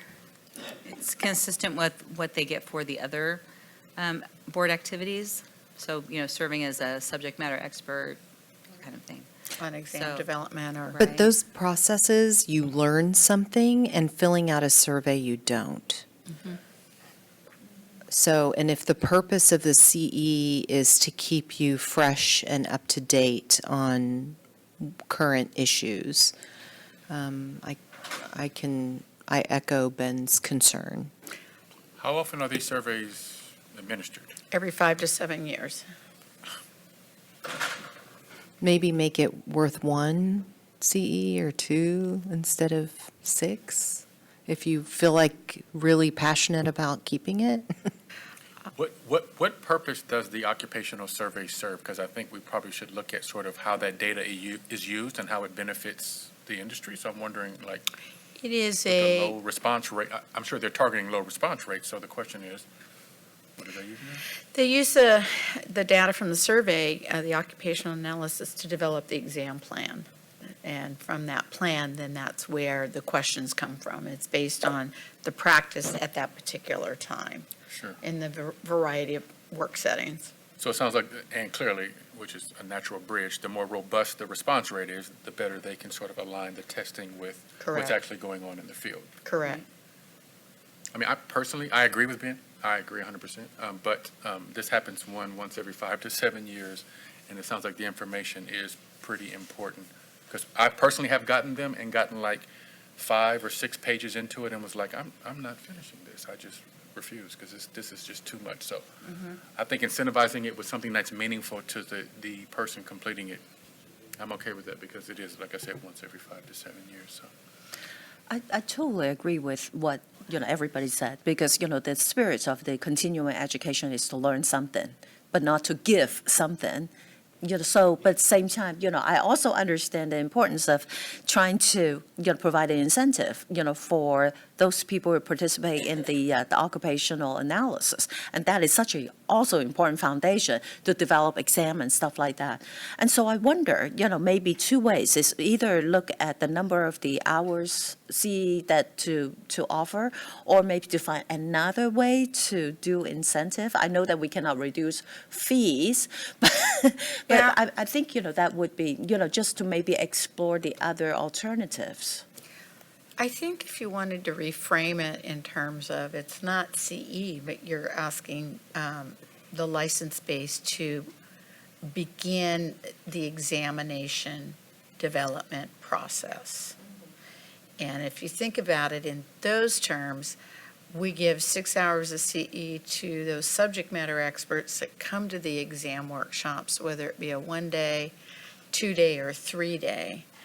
And these are people that are blocking out time in their work schedule and spending anywhere from 8 to 24 hours, and we're only giving them 6. So when I think about it from that perspective, we can't make an exam without that survey, not if we want a legally valid and defensible exam. I think I'd like to do a CE incentive, given the infrequency that we're going to be offering it. I'm not married to the number of hours, but I really think it needs to, 1 hour is not going to motivate them any more than we're motivating them now. 6 may be too much, but 6 gets their attention. Right. So I want to bring up another issue too. So I think we need to rephrase how we say awarded with 6 hours of CE or whatever number. We're not the CE provider. I mean, with the law change, I think we need to change it maybe to the language of, these people, these participants will be exempt for how many, because otherwise we step into that, we are authorizing, we're providing CE use. Receive credit for? Recredit, yeah. Yeah, Let me or see how it's worded right now. credit will be, yeah. That's not the wording, I don't know what the wording exactly is in here, find it. But I think if we mirror it to what we're allowing for the exam participation, that language. Well, and I think In thinking about it, and especially after listening to you talk about the fact that subject matter experts can be spending anywhere from 1 to 3 days to get 6 units, it does seem disproportionate to allot 6 hours. And while we absolutely want to provide an incentive, I mean, that's almost like, that really does seem to be terribly disproportionate. No, and it's 6 hours of law and ethics, and we can limit that if we want, if you want to do it. Yeah, if you want to just give them straight credit for 6 hours, that's great. Call it exam development. I don't know, but yeah, we have long struggled when we do these surveys to get a sufficient number of responses. And when the current survey went out, there was an initial due date, and then we extended it to allow for more responses. Well, and that was with no incentive. Correct. And, it's just hard. I know. It's just hard. I don't know, is anyone else troubled by 6 hours, though? I'm not. You're fine with it? I'm fine. Well, how much time does it take? An hour or two, maybe? I think 2 solid. At least I 2 mean, solid. because Pretty these aren't intense. yes or no questions. They're asking you questions that require you to elaborate on and sort of give information that might require you to type up a paragraph or two on on questions. And so it's not just yes, this, no, that. It's a pretty involved process. And How about 3? I might argue that it is somewhat educational, not like a CE, but there is information that you have to read and understand, and it is an introduction into how exams are developed and helping them understand how the survey is used. So I think they do learn something from it as well. But is it the equivalent of 6 hours, No. which is 6 hours in I think seat? you could spend Plus 2 hours probably pretty some easily. assessment, probably. I mean, I don't know, I hate to pull something out of the air, but 6 seems like a lot. 1 is clearly not enough. I don't know that 2 would motivate people. Or even 3. I mean, I wouldn't do it most people, 3 is not even, in my opinion, sufficient just because Well- of what is still required. So what have we done so far in terms of hours? Everything is 6. 6, and Yeah. we're struggling getting people, I mean, unless we have an alternative, you were kind of pursuing that, but we don't have any alternative. The risk is that we change the numbers, and that becomes even more of a challenge to recruit people. I don't know how good does it do to our process, to be honest. It seems, if we don't have more information, it seems very, risky. And it's once every 5 to 7 years. It's not like they can do it every license renewal cycle. It's once every 5 to 7 years. So that's at least, at a minimum, 2 renewal periods. So Nothing. I'm making an assumption that's anecdotal, so it's not good data. But I'm thinking that the people most likely to fill it out are the ones who don't need the CEUs anyway. And the people who need the CEUs are like, they can't even go online and take just one of those tests on PESI or whatever.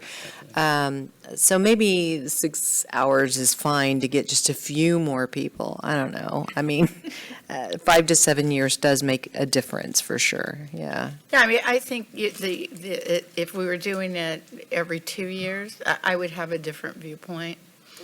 But I think every 5 to 7 years is asking people to take a little bit of time out of their day to contribute back to the profession that they work in.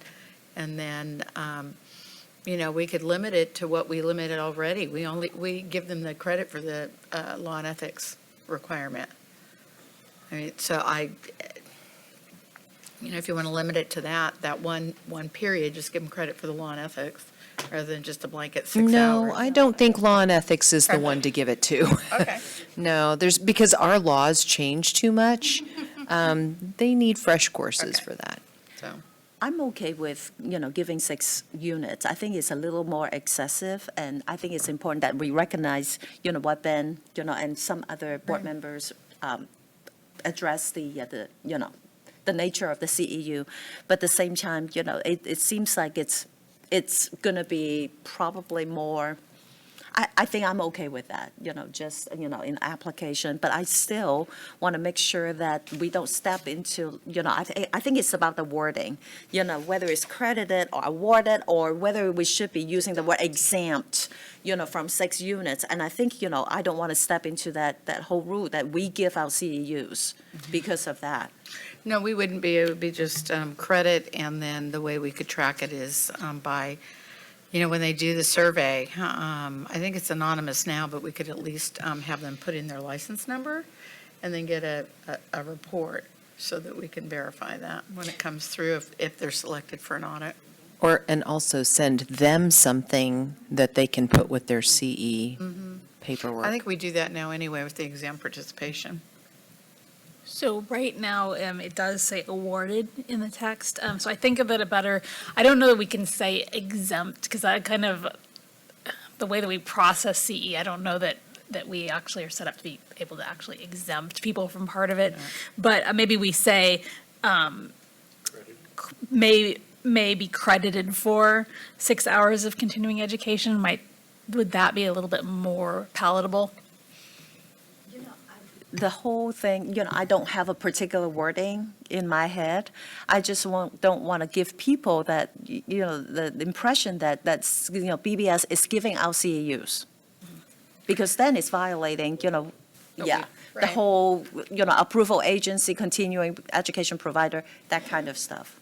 How's it worded? I think if we just mirror the wording that we have already. Well, current law does say may be awarded up to 6 hours. So it hasn't created an issue, so, Yeah. It might be minor, but I think it's important that, what really the implication it means. So, maybe credited, I think credited, I don't know. I don't have any, it's after lunch mind. I don't have any new innovative idea. The only thing I'm thinking about, Christina, is Christie's point to, it's written that way for the other 6 hours. opportunities that people have to get 6 hours. We'd probably have to go back in and change that to bring them all into alignment. I'm looking over at Christie and Roseanne, but, Yeah, I mean, we can't have one say one way and one another. I mean, we could, but it's not ideal. It'd be, consistency is better, but if we really want to kind of emphasize that this is kind of a separate deal, I would think we could say may receive credit for 6 hours in this particular case.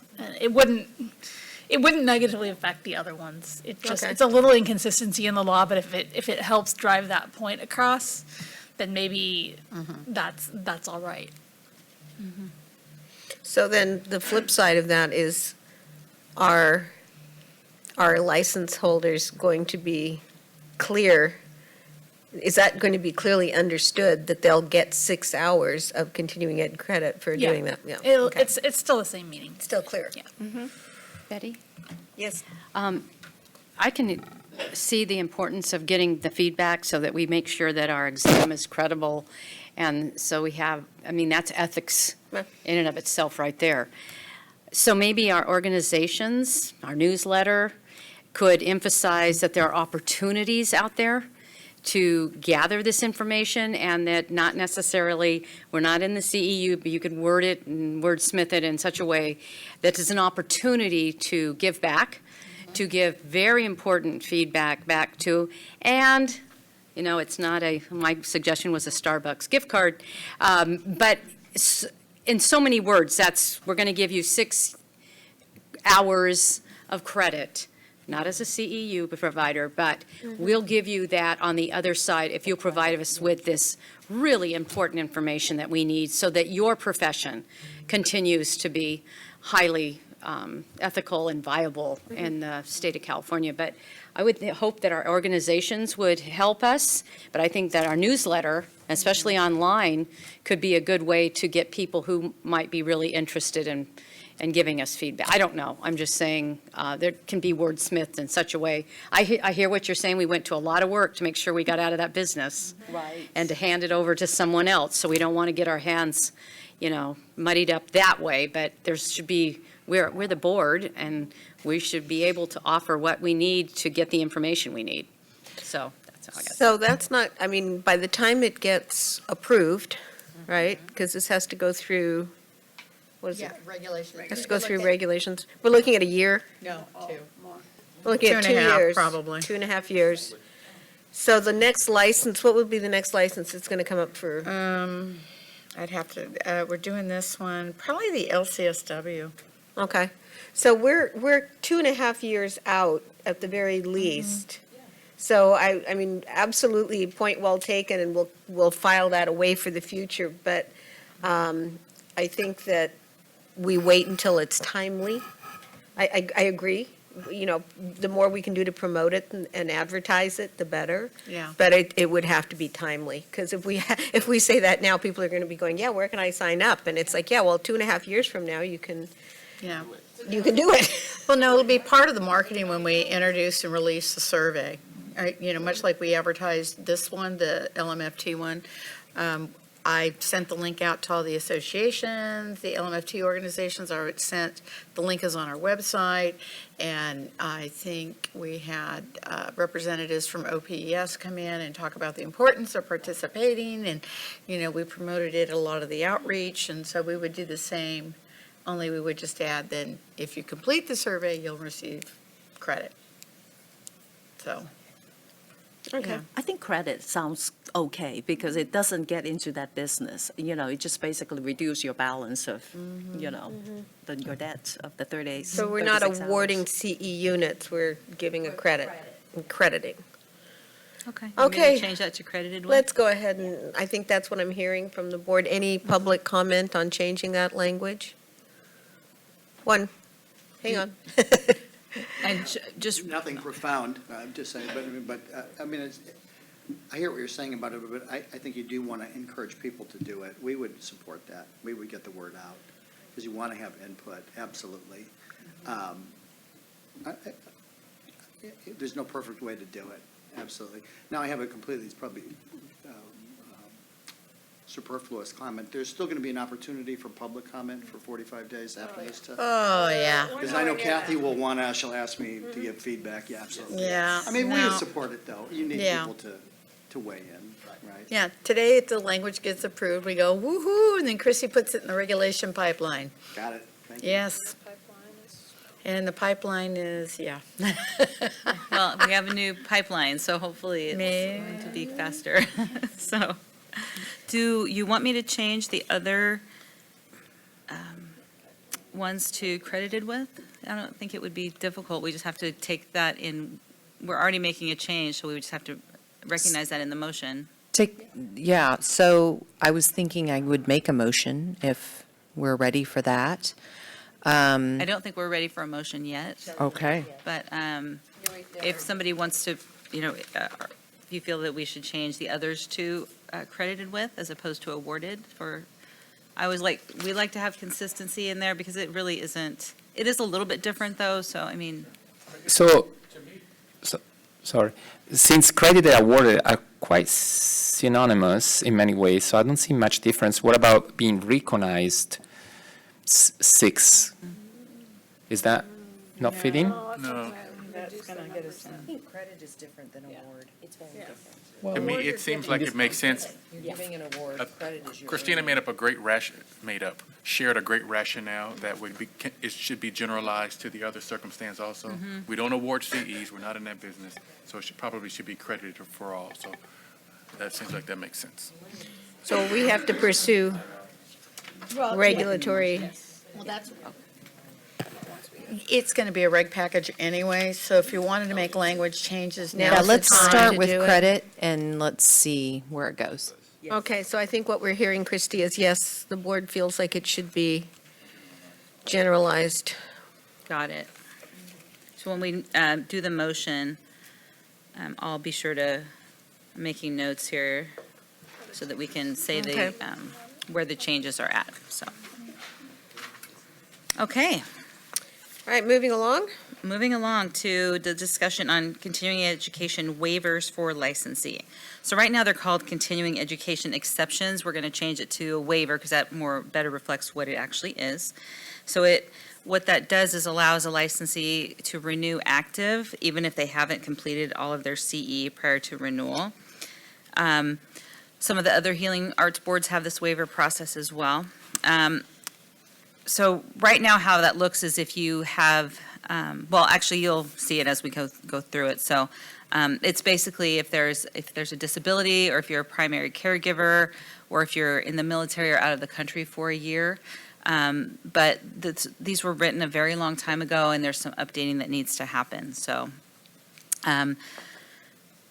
the first CE sort of exception, this isn't really a waiver, but it goes along with this, is, when people would get issued an initial license, it could be, that initial period could be anywhere from 1 to 2 years. Your license is maybe only good for a year when you first get it. Well, now, for everybody, it's 2 years. So the law said, if it's less than 2 years, you only have to do 18 hours of CE. And so we don't need that anymore. It's just 36 hours in your, so we're going to propose to strike that, that exception there that says you can only do 18 hours. We're going to update our CE waiver request forms and instructions, which are incorporated by reference into the board's regulations. We do not like to put forms and regulations, but these are already there. And due to the nature of these forms, this would be one of the rare instances where we feel like they should stay. And so we'll go over, the forms are included in here in a strike through and underline, as you're used to seeing in law changes. We would clarify that a CE waiver is temporary and only applies to the current renewal cycle.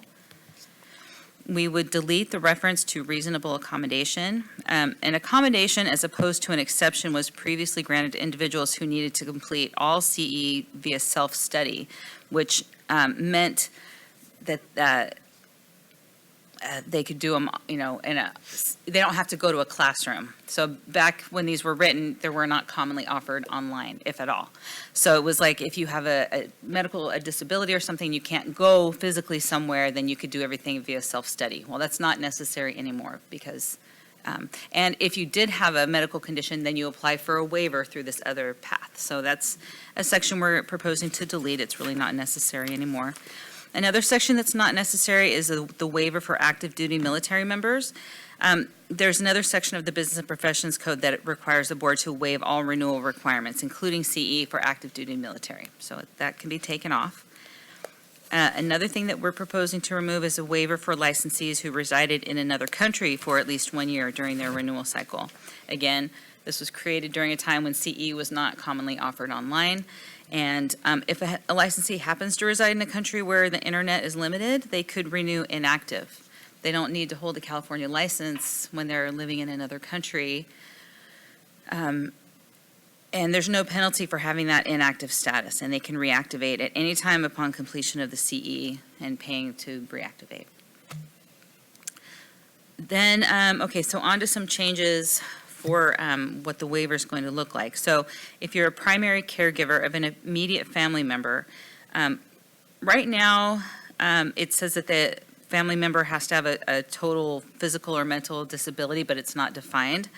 So, and that would have to be for at least 1 year during your 2-year renewal period. So what we would provide a definition of total physical or mental disability that says the family member is both unable to work and unable to perform activities of daily living without substantial assistance. Any discussion? I'm going to stop there. That sound okay? Okay. And then for licensees who have a physical or mental disability of their own for at least 1 year during the renewal period, again, this is, right now it requires a total disability, and it didn't define that very well. So we originally had proposed to require the evaluating professional to certify that the condition substantially limited the licensee's ability to practice and complete the required CE, but we had a lot of concerns expressed that this language was too vague and that the professional evaluators would need more clarity. And so we took it back and looked at a lot of different models and methods, including like what California requires for disability, or we looked at Social Security Administration. And they were all really lacking in clarity, and some were very complex, much more than what we would want to get into. So I think I've come up with something that may work here. So how it is, and we work this through, again, through the committee, is we would no longer require total disability. What we would say instead is that the licensee had a condition that substantially limited one or more life activities that's consistent with the wording of the ADA and California law, and require the licensee to demonstrate that their condition caused their earned income to drop below the substantial gainful activity amount, or SGA, for non-blind individuals as set by the Social Security Administration. So what that means is that that's one way to have a set criteria where we could say this person was disabled enough that they weren't able to work very much. And the Social Security Administration alters that. It increases a little bit every year. The reason it says for non-blind individuals is that it used to be you could be completely blind and get Social Security, but you could also work and be paid and not have your Social Security reduced.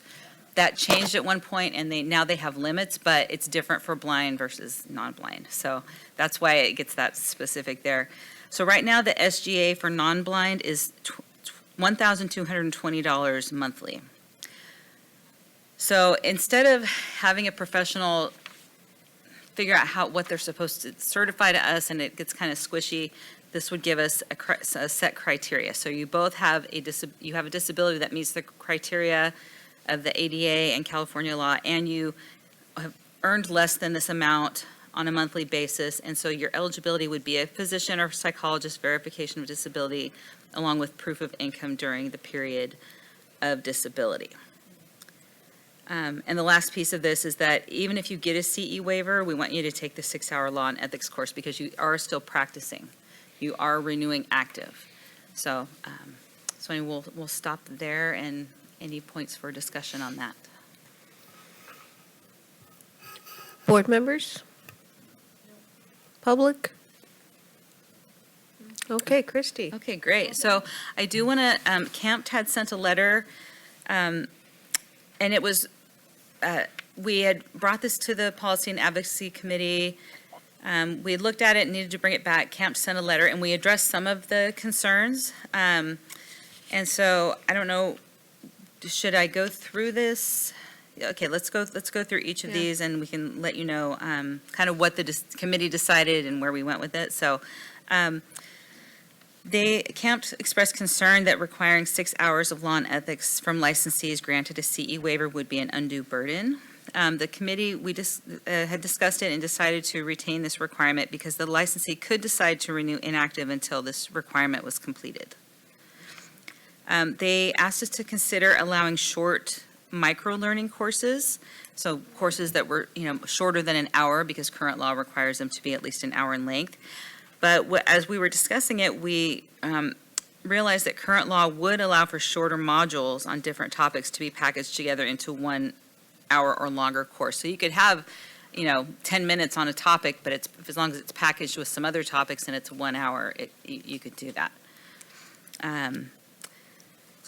They asked if we could clarify whether a course on law and ethics for supervisors meets both the 6-hour law and ethics course required for all licensees and the 6-hour supervisor training refresher that's required of supervisors each renewal period. The committee decided to propose amending the regulations to clarify that the same course cannot count toward both requirements. So they just wanted clarification, and so the committee made a decision. And so, yeah. They asked that we clarify regulations that require courses to be based upon methodological, theoretical, research, or practice knowledge base, saying that the CE providers often struggle to understand what this means. So we worked on this, and we have found a way to clarify what that means exactly. I think, Leah, you helped me on that language months back. So. They asked us to streamline some language, which we did. They asked us to retain a couple of sections that pertain to the old CE, set of CE requirements when the board was approving providers. And so one of those sections pertain to required content for course advertisements. They asked that said that licensees often have difficulty determining whether a course is offered by an acceptable CE provider. So they wanted us to still specify what a course advertisement must say. And one of those things would be that it's, the advertisement, says that it's a board-approved provider or something like that. But because we're not approving providers, there's really no way for us to enforce a requirement like that. So we could say, oh, your advertisements have to include this, but we don't have authority over those providers. It's the approval agencies that have that authority and set what those advertising requirements are. So it's a similar thing. They asked us to keep the section on course instructor qualifications. And again, it's a similar thing. We don't have that. We don't have the jurisdiction, so we don't feel like it would be right for us to keep that section. So we do propose to delete that. So that's that. So with the adjustments we made to the language on credit versus award, I guess after we hear from everybody else, I'm not sure how that motion would look. So Sabina's working on that as we speak, I'm sure. I We just have wanna say public thank comment. you for your time looking at all of our recommendations. We appreciate your thoughtful input on that. They're all reasonable responses. Let's see if we have any additional input, but they're all absolutely reasonable responses. So thank you for your time. Well, thank you for bringing them to our attention. And you will, this is not the last time you'll see the language. All right, so I guess we're ready for a motion. Oh, I one just more wanna- comment, sorry. A quick clarification. So now, for that double counting law and ethics for supervisor, right now, so interesting thing is that if you have one license and you're a supervisor, you have to take the 6 hours law and ethics and 6 hours for the clinical supervision, right? And so even though it's something like a law and ethics for supervisor, it doesn't count. However, if you complete it, that's 36 hours, and you have, say, like another license, those 36 hours will be completely recognized for the other license. Yeah. I just want to clarify so that, that it makes sense. Yes. Yeah. That's Okay. correct. And I'm just sad Why are you sad? that the 6 hours in supervision doesn't count toward law and ethics if it's supervision, law and ethics, only because I'm doing workshops on that as the law is changing, and I understand it. We went back and forth on that a bit too. So Yeah, it's not going to be 5 years from now, if the supervision stays the same, it would be completely irrelevant. It really is just because in the next year or two, the changes that are happening would make it truly a law and ethics course for supervisors. But I understand. I can be sad. I just want to say I like your thinking. I teach law and ethics of supervision too, and I completely agree with you. I wish that it could be counted both ways. But I want to follow up on your comment, Christine. If you have two licenses, if I'm understanding this correctly, could you count it? Does it have to satisfy the same requirement for both licenses, or could I say it satisfied law and ethics for one and supervision for the other? Or am I just making this work? I'm deferring the question back to you. I hadn't thought of that, so just. It only becomes a problem at audit time. At audit time, yeah. Yeah, oh, man, I think so. We'll give thought to it. Yeah. I hadn't thought of that till now, right? I mean. I'd like to keep it simple. All right. I think the difficulty, though, is that when you're if you're holding both licenses and you become a supervisor, you really could supervise any of the licenses. So in some ways, it doesn't make sense that you would need to count it differently for the different might make it more licenses. confusing, right? Yeah.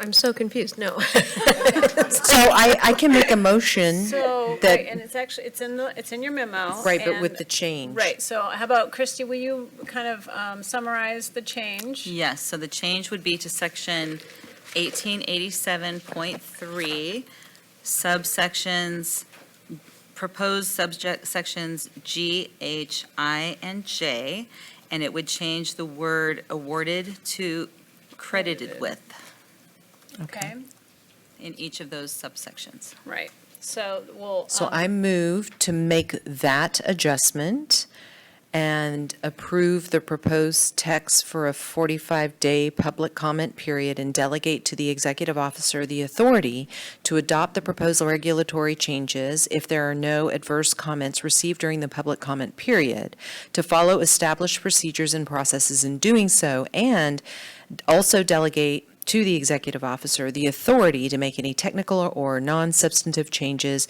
that may be required in completing the rulemaking file. I will second that. I sounded so smart. Okay, here's a vote. Deborah Brown, Yes. Christina Wong, Yes. Dr. Leah Brew, Yes. Max Disposi, Yes. Betty Conley, Yes. Jonathan Maddox, Yes. Crystal Anthony. Yes. And motion carries. I'd like to ask if I may collect all confidential materials at this time. Sorry, I couldn't hear. Confidential materials. Would it be okay to from collect the all last 2 days. confidential materials at this time? So we're going to have to take a minute to gather that up. So the board's going to take a 5-minute break. Thank you.